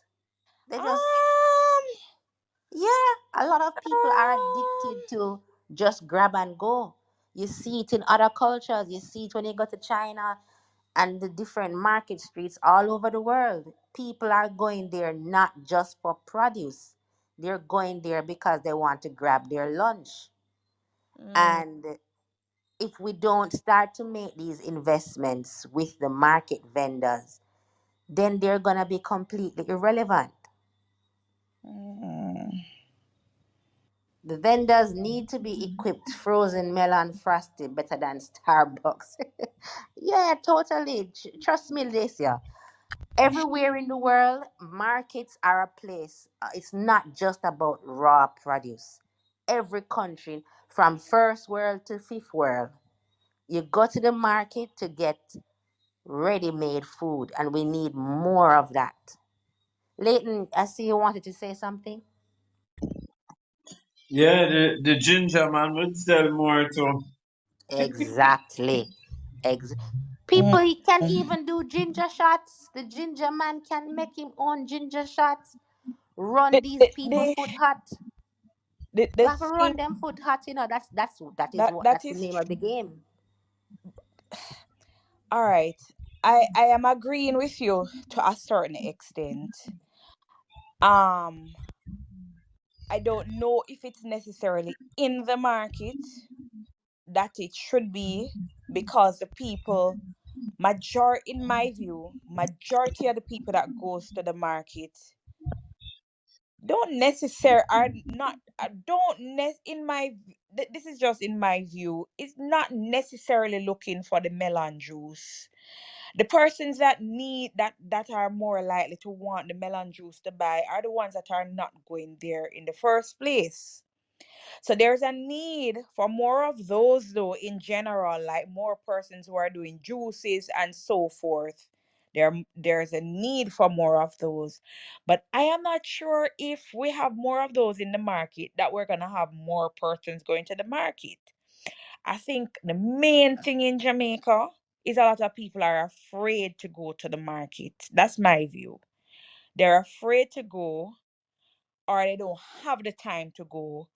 So somebody doing melon juice in the market is the same people that would go and probably would juice them own melon themselves, go and support them anyway. So I don't think that that's going to make more people come to the market. However, if we have more people providing melon juice in general, we'll probably get less persons going to the Starbucks and so forth, because again, part of it is convenience. So if we so again, Keish, those are good ideas. that more people need to look into, or we can share it with persons, but I don't think that in the market is necessarily going to get more people in the market for the reason why they're not going in the first place. I hear what you're saying, but consider this aspect of as well, Dacia. Mm-hmm. Within the market, there are customers, you know. So like the higglers in the market, like the ones who sell clothes and Mm-hmm. other accoutrements, they Mm-hmm. are a big untapped source of income for the fruit vendors. So that is why you see Domino's down there, Juicy Beef down there, all the fast food restaurants down in the vicinity of Coronation Market. Because when the shirt man and the sneakers man get hungry, that's where he goes and buys food. So it is a start to keep the dollar circulating within the hands of the African vendors. That instead Mm-hmm. of going to Juicy Beef to get Mm-hmm. a food, even the loader man them, the bus man them, the country bus station, all of them are these are the market too, you know. These Well, are the that is customers too. true. That You is understand? true. That is So true. so And they that is a cannot complain start. about the price, because if you get selling melon for $80 a pound, you can afford to sell it more affordable. So yeah, you have a point there. You Yeah, do have so a so point we there. can't afford. It goes back to the same thing. We It's can't true. afford to have fresh melon being sold in the market, and then the same black people who work in the market are going to go to Juicy Beef and Starbucks But soon reach down but there not too. only no, not only that, you're right, because I remember the other day I was so annoyed. I'm in the market shopping for fruits and vegetable, and I hear somebody else sitting with bacon and pigtail, so on. So some kind of, and I'm like, it's so weird to me that you're in this space and that is what you're eating, or that is the food that's being offered. Yeah, you do have a point. You have a point. So You let do. me read a comment in the chat from Danielle. She says, downtown too chaotic and they aren't that cheap like one time. Same price as Dear Porty. Boy, Danielle, I don't know. No, Danielle, I will correct Compared to that. what? Are they Oh expensive no, no, no, compared to no, no, what? no. I can attest to this. Who said, wait, she said even going through St. Thomas roadside. Who is she comparing it with? All right, so I shop both places, so I can say hands down, because I even posted it on my page. The prices downtown, I can speak about the market for clothes and so forth. Yes, uptown are pretty much the same price in terms of clothing, and so yes, but food, no, no, no, no. I don't know about no. Oh, Danielle, no, no, Danielle, or Danielle. Okay, because I think there are two Danielle in the group. Danielle, I can attest to this. The prices downtown are um uptown, it's double or triple the prices. I was telling Keisha that Georgette will message me complaining because she took herself and went uptown to shop. And she was complaining to me about okra and bean that I think she saw it for $600. And I was laughing because I was like, really? You can get for $50. You can get a dozen for $50. I think it's $100 a pound. Uptown, it's $600. I'm like, all right, but say, well, you take enough self, go up there with your downtown price in your head, and that is the problem. But the persons who are not going downtown do not know that. I know this because I shop both places, so I know that if I and I said to my friend the other day, I find it so difficult because I made a post and somebody saying, yes, fruits are expensive though. And I'm like, no, they're not. And I said, what kind of fruits you eat? Oh, she eat melon. It's on my page. She eats melon. And melon is expensive. I said, melon is expensive because you're buying it uptown. I said, the same melon that you're spending $2,000-$3,000 for uptown, I am getting a 10-pound melon for that, which is a whole melon for $1,000 or less downtown. But uptown for $700 or but if you go uptown, you cannot get a whole melon for that. You're getting a piece of a melon for $2,000. Well, I'd love to hear Danielle's response. So, welcome to the discussion, Danielle. Thanks for joining us. Please Oh, go jump in. Hi, good evening, everyone. Yes. Um, I'll just say like 3 years ago, roughly, when you shop downtown at Coronation Market, you'd be enjoying a significant bargain when compared to other markets around the place and supermarkets.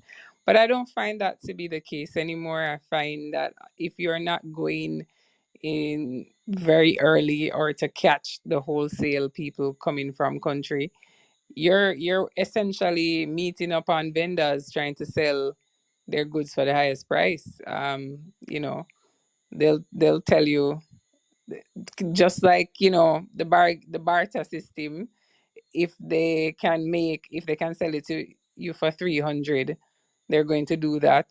It doesn't matter that it's Carnation anymore. I don't find that your money is stretching that much. And if you're comparing it to uptown supermarkets, um, in a uptown lot of vendors. cases, when I go to General Foods and those places, I haven't been there in a while because I'm not living in Kingston now.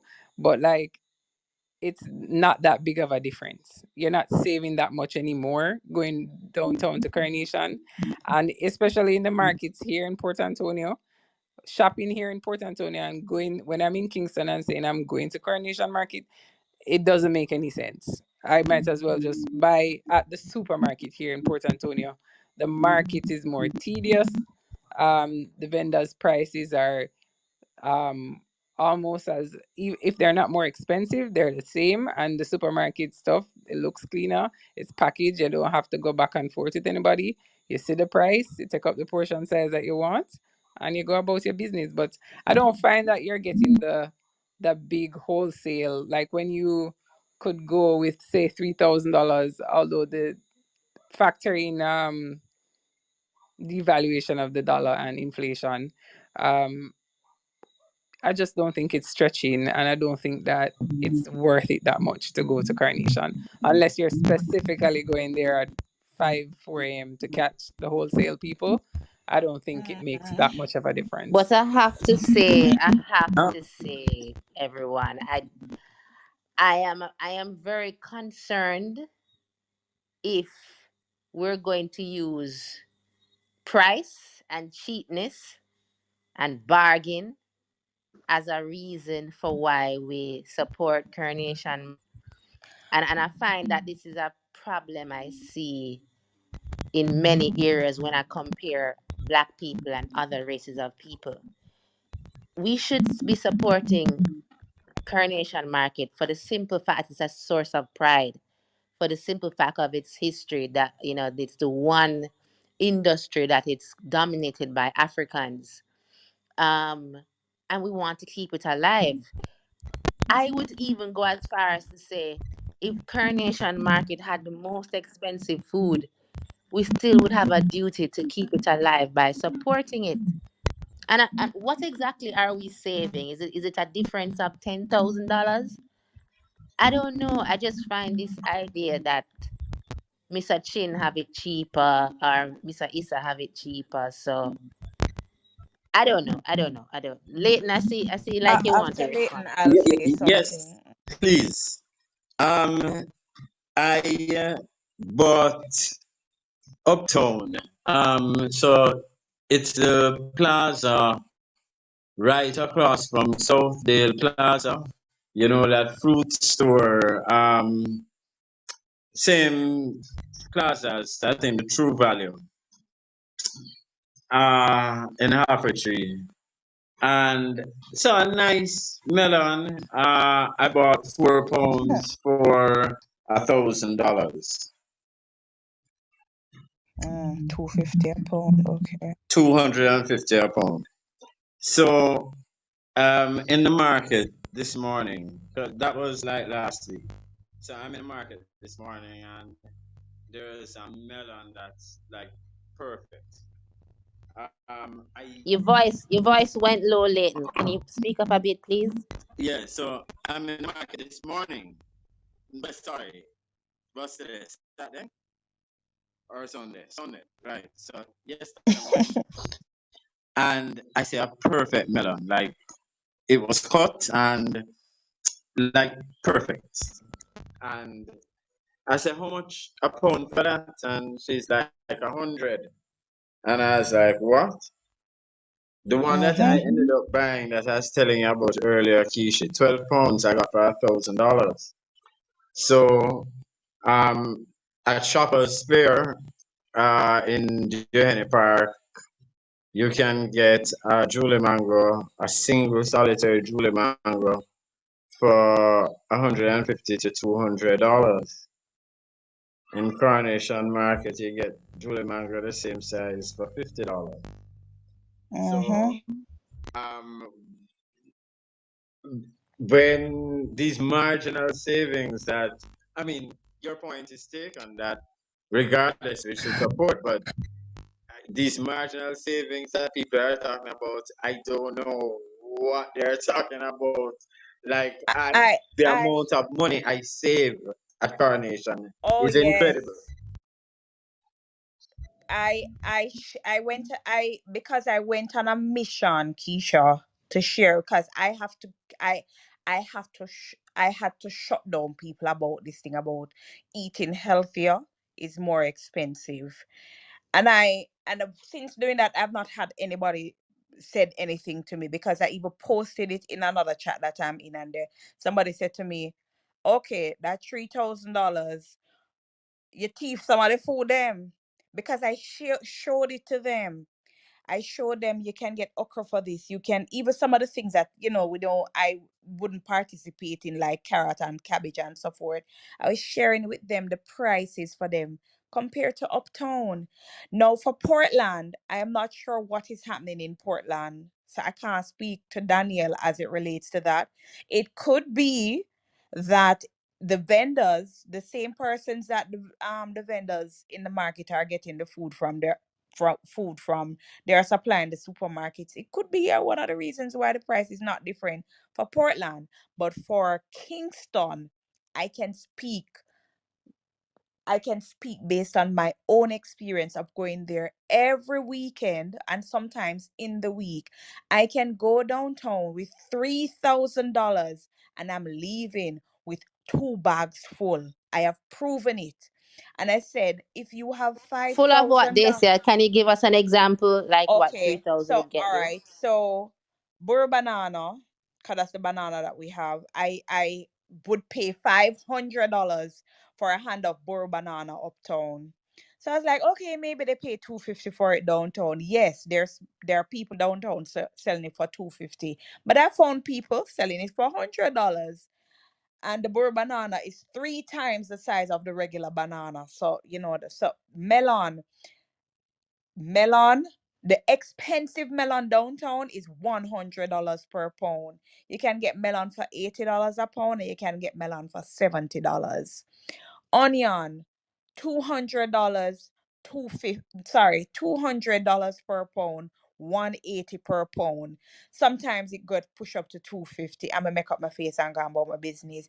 Sweet pepper, that we know that is known to cost a lot of money uptown, is for $150 per pound downtown. The more expensive, if it goes to the expensive side, it's like $200 a pound. Uptown, you're paying 400 and odd dollars to get probably two or three little sweet pepper in one little package, right? Downtown again, up to yesterday, I went downtown and I was able to get a good bag, $200. And after my walk, like I see people are selling for 150. And I say, whatever. If me they walk, like, but I was tired. Th- Um, plums, plums are down there now. $100 a dozen. Cherries, $300 a pound. And when I spoke about the onion, you're getting both the red and the purple, the red and the yellow onions at that price. I saw scallion selling down there, $100 a pound. This is after me walk further up. I got like, think I paid $200 for scallion and a tie of thyme. What else I normally have? Sometimes I buy yam. Yam is down there for like $100 a pound. The And more planting cheap down there today, plantain, yeah. plantain cheap. When I buy the plantain, you know why. But Mm-hmm. plantain is cheap down there. But hands down, I'm telling you, if you have people are when I go to Fresh Approach, which would have been my better uptown option aside from the vendors that I would go to in Barbican sometimes.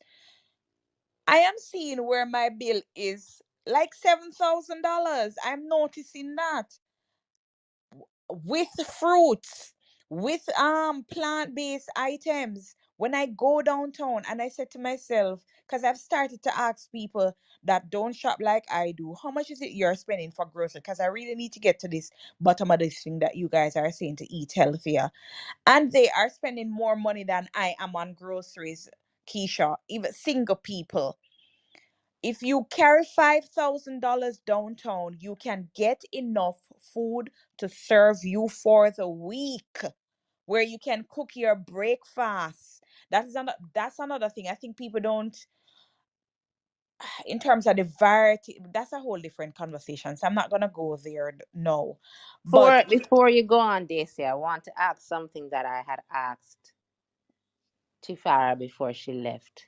mm-hmm, Part of the stigma attached to Coronation Market is this idea that all of the fruits and vegetables are sprayed, they're full of chemicals. that's crazy. Um, how do you respond to that? Because that's a big part of the propaganda. That's crazy. That's crazy. First of all, they should be more concerned about the ones that are in the supermarket.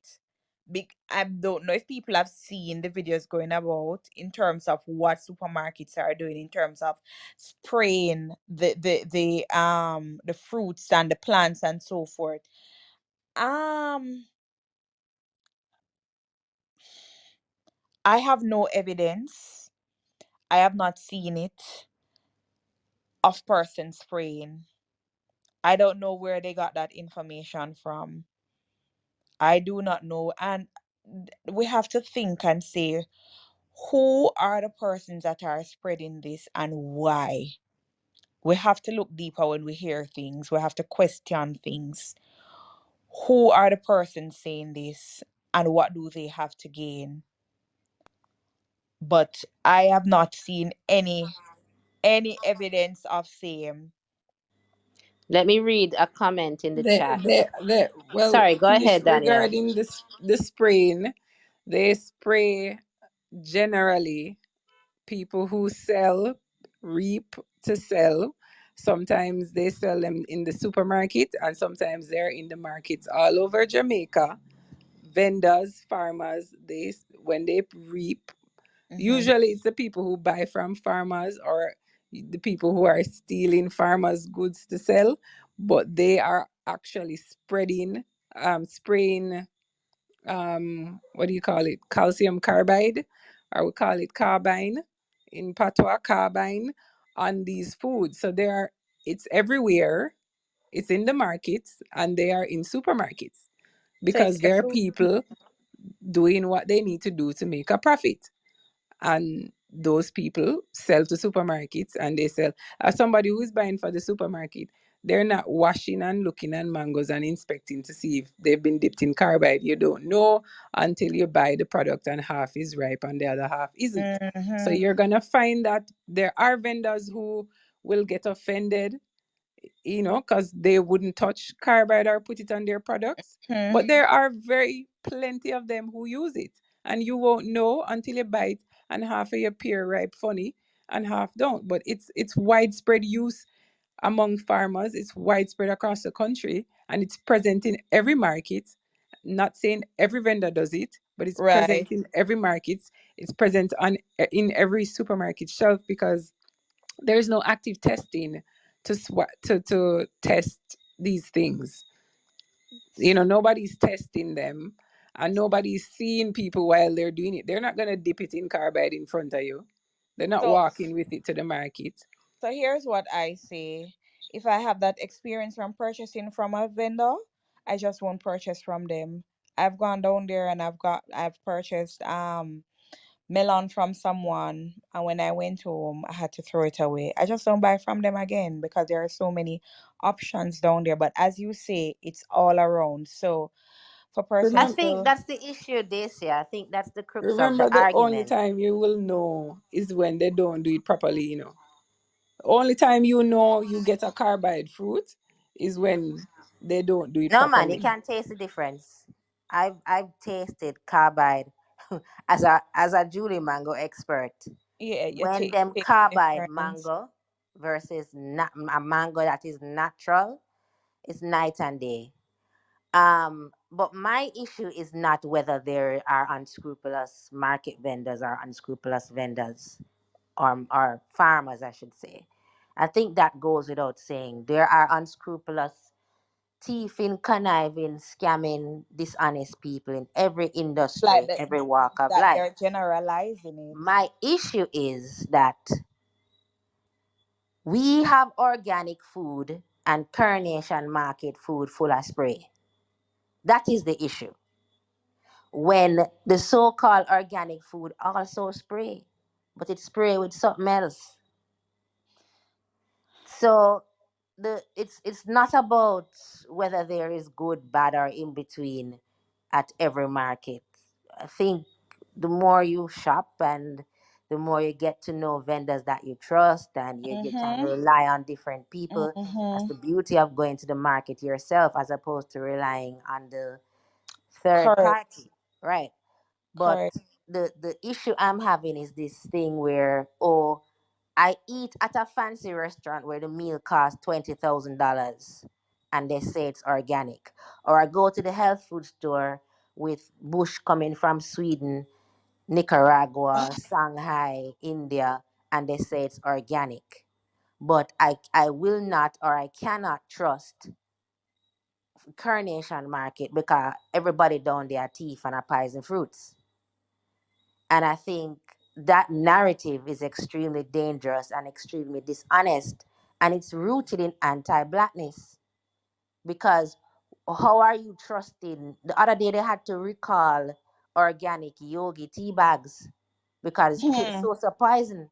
And yogi, Um, that brand yogi, positions itself as an authority. It's one of the leading quote unquote organic brands, you see, for and me, we don't get no smoke. So to tell that is me that true.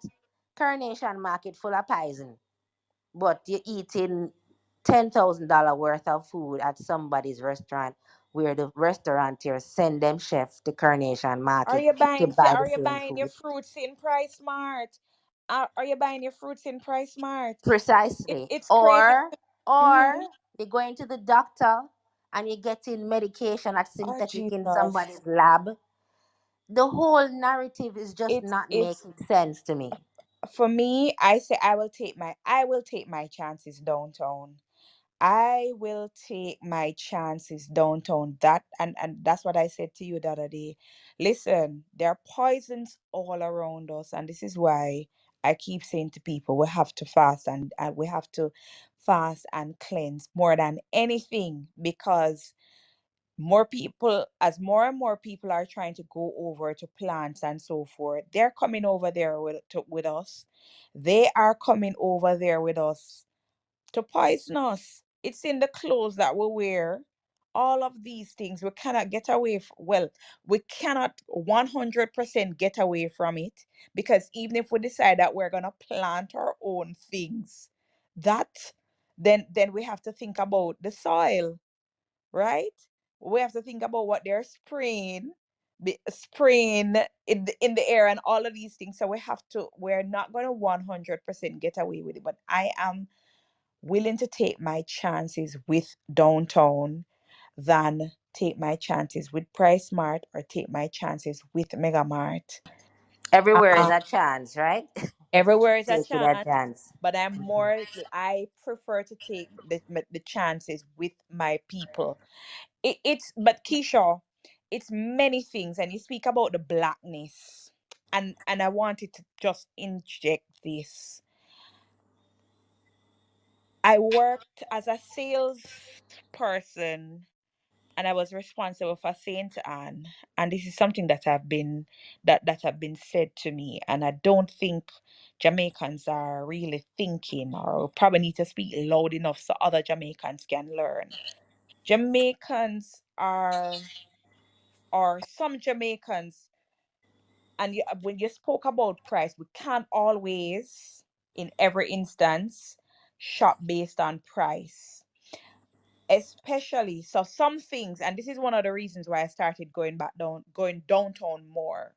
Few things, when I realized that all except one supermarket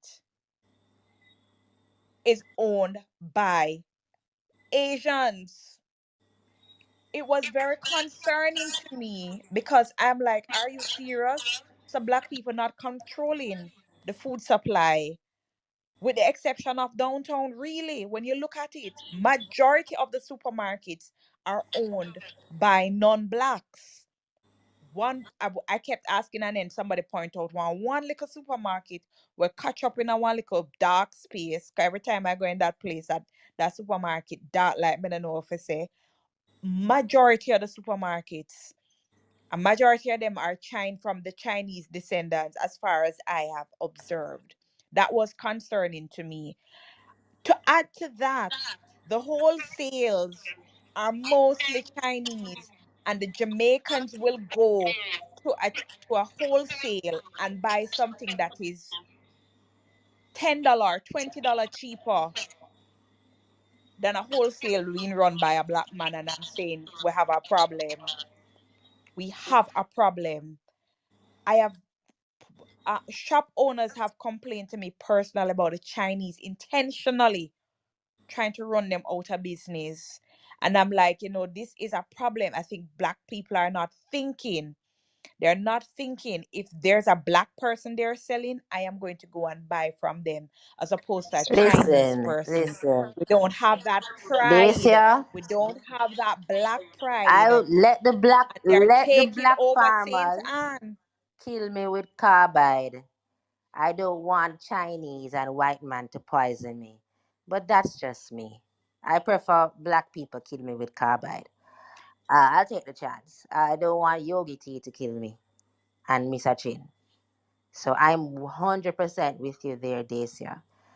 Gonna have to probably do a part two, guys, because Time.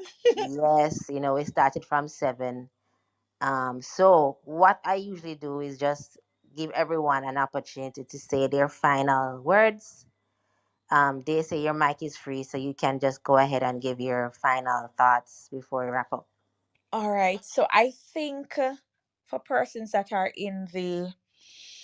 has a platform and are in the a certain space, that we need to speak on these things more.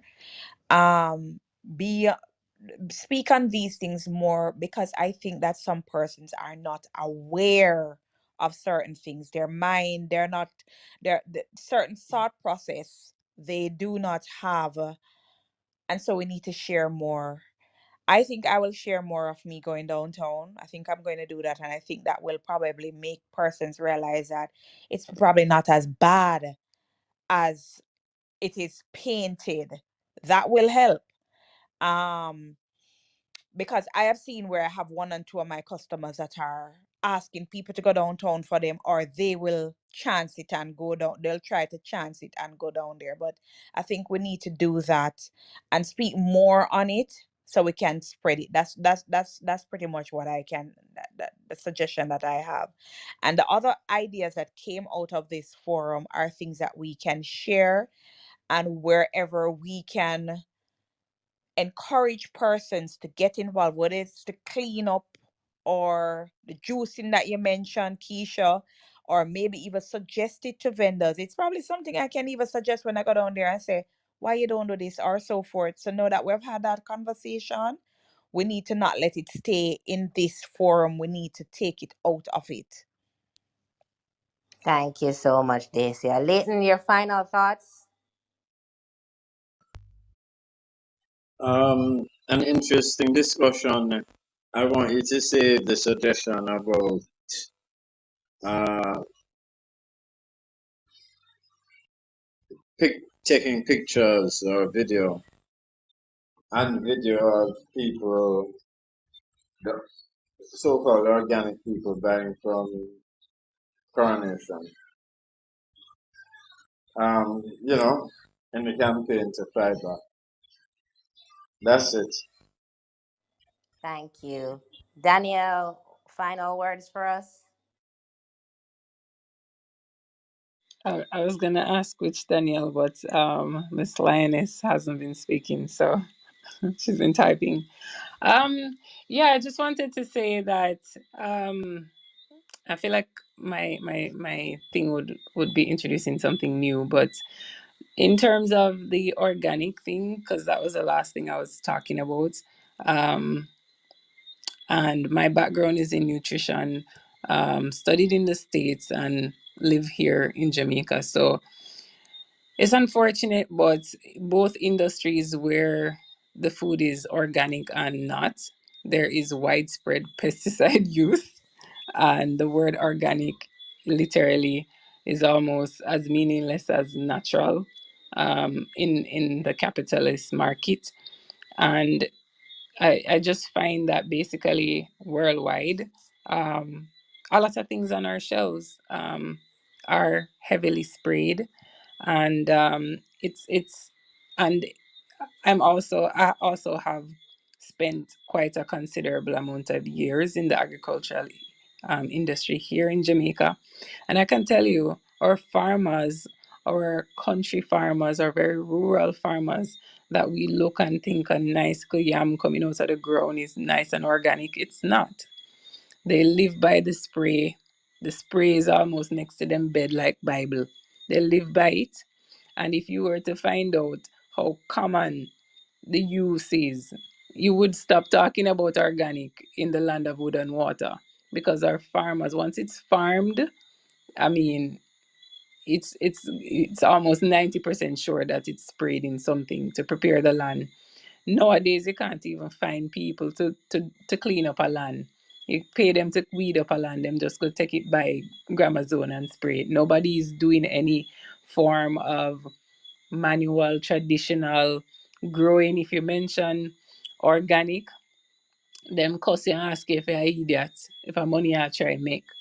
I've been in the ground with JOM. I used to work with JOM, Jamaica Organic Agricultural Movement, and trying to, go to the farmers. They're not using any organic method. They look at you like you're an idiot, rather looks at you like you're an idiot. Farmers are dying overwhelmingly by cancer because they are misusing the chemicals as well. They are not, the illiterate farmers, the not so lettered ones, are misusing them and using them without gloves.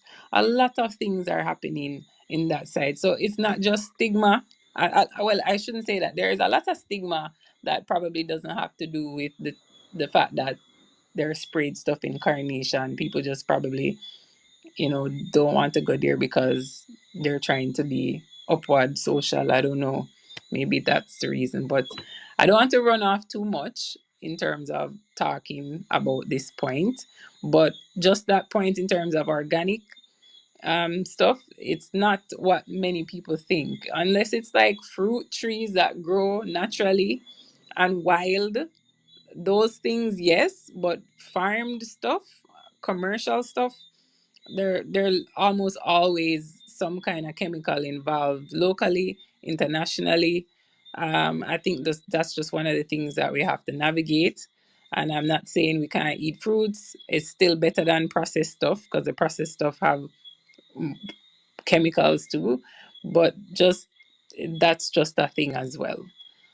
Well, But thanks for that, Danielle. I think that was a very useful contribution. And, one of the things that we, especially with the work that I do, and I know that Dacia does, we don't encourage the consumption of farmed foods.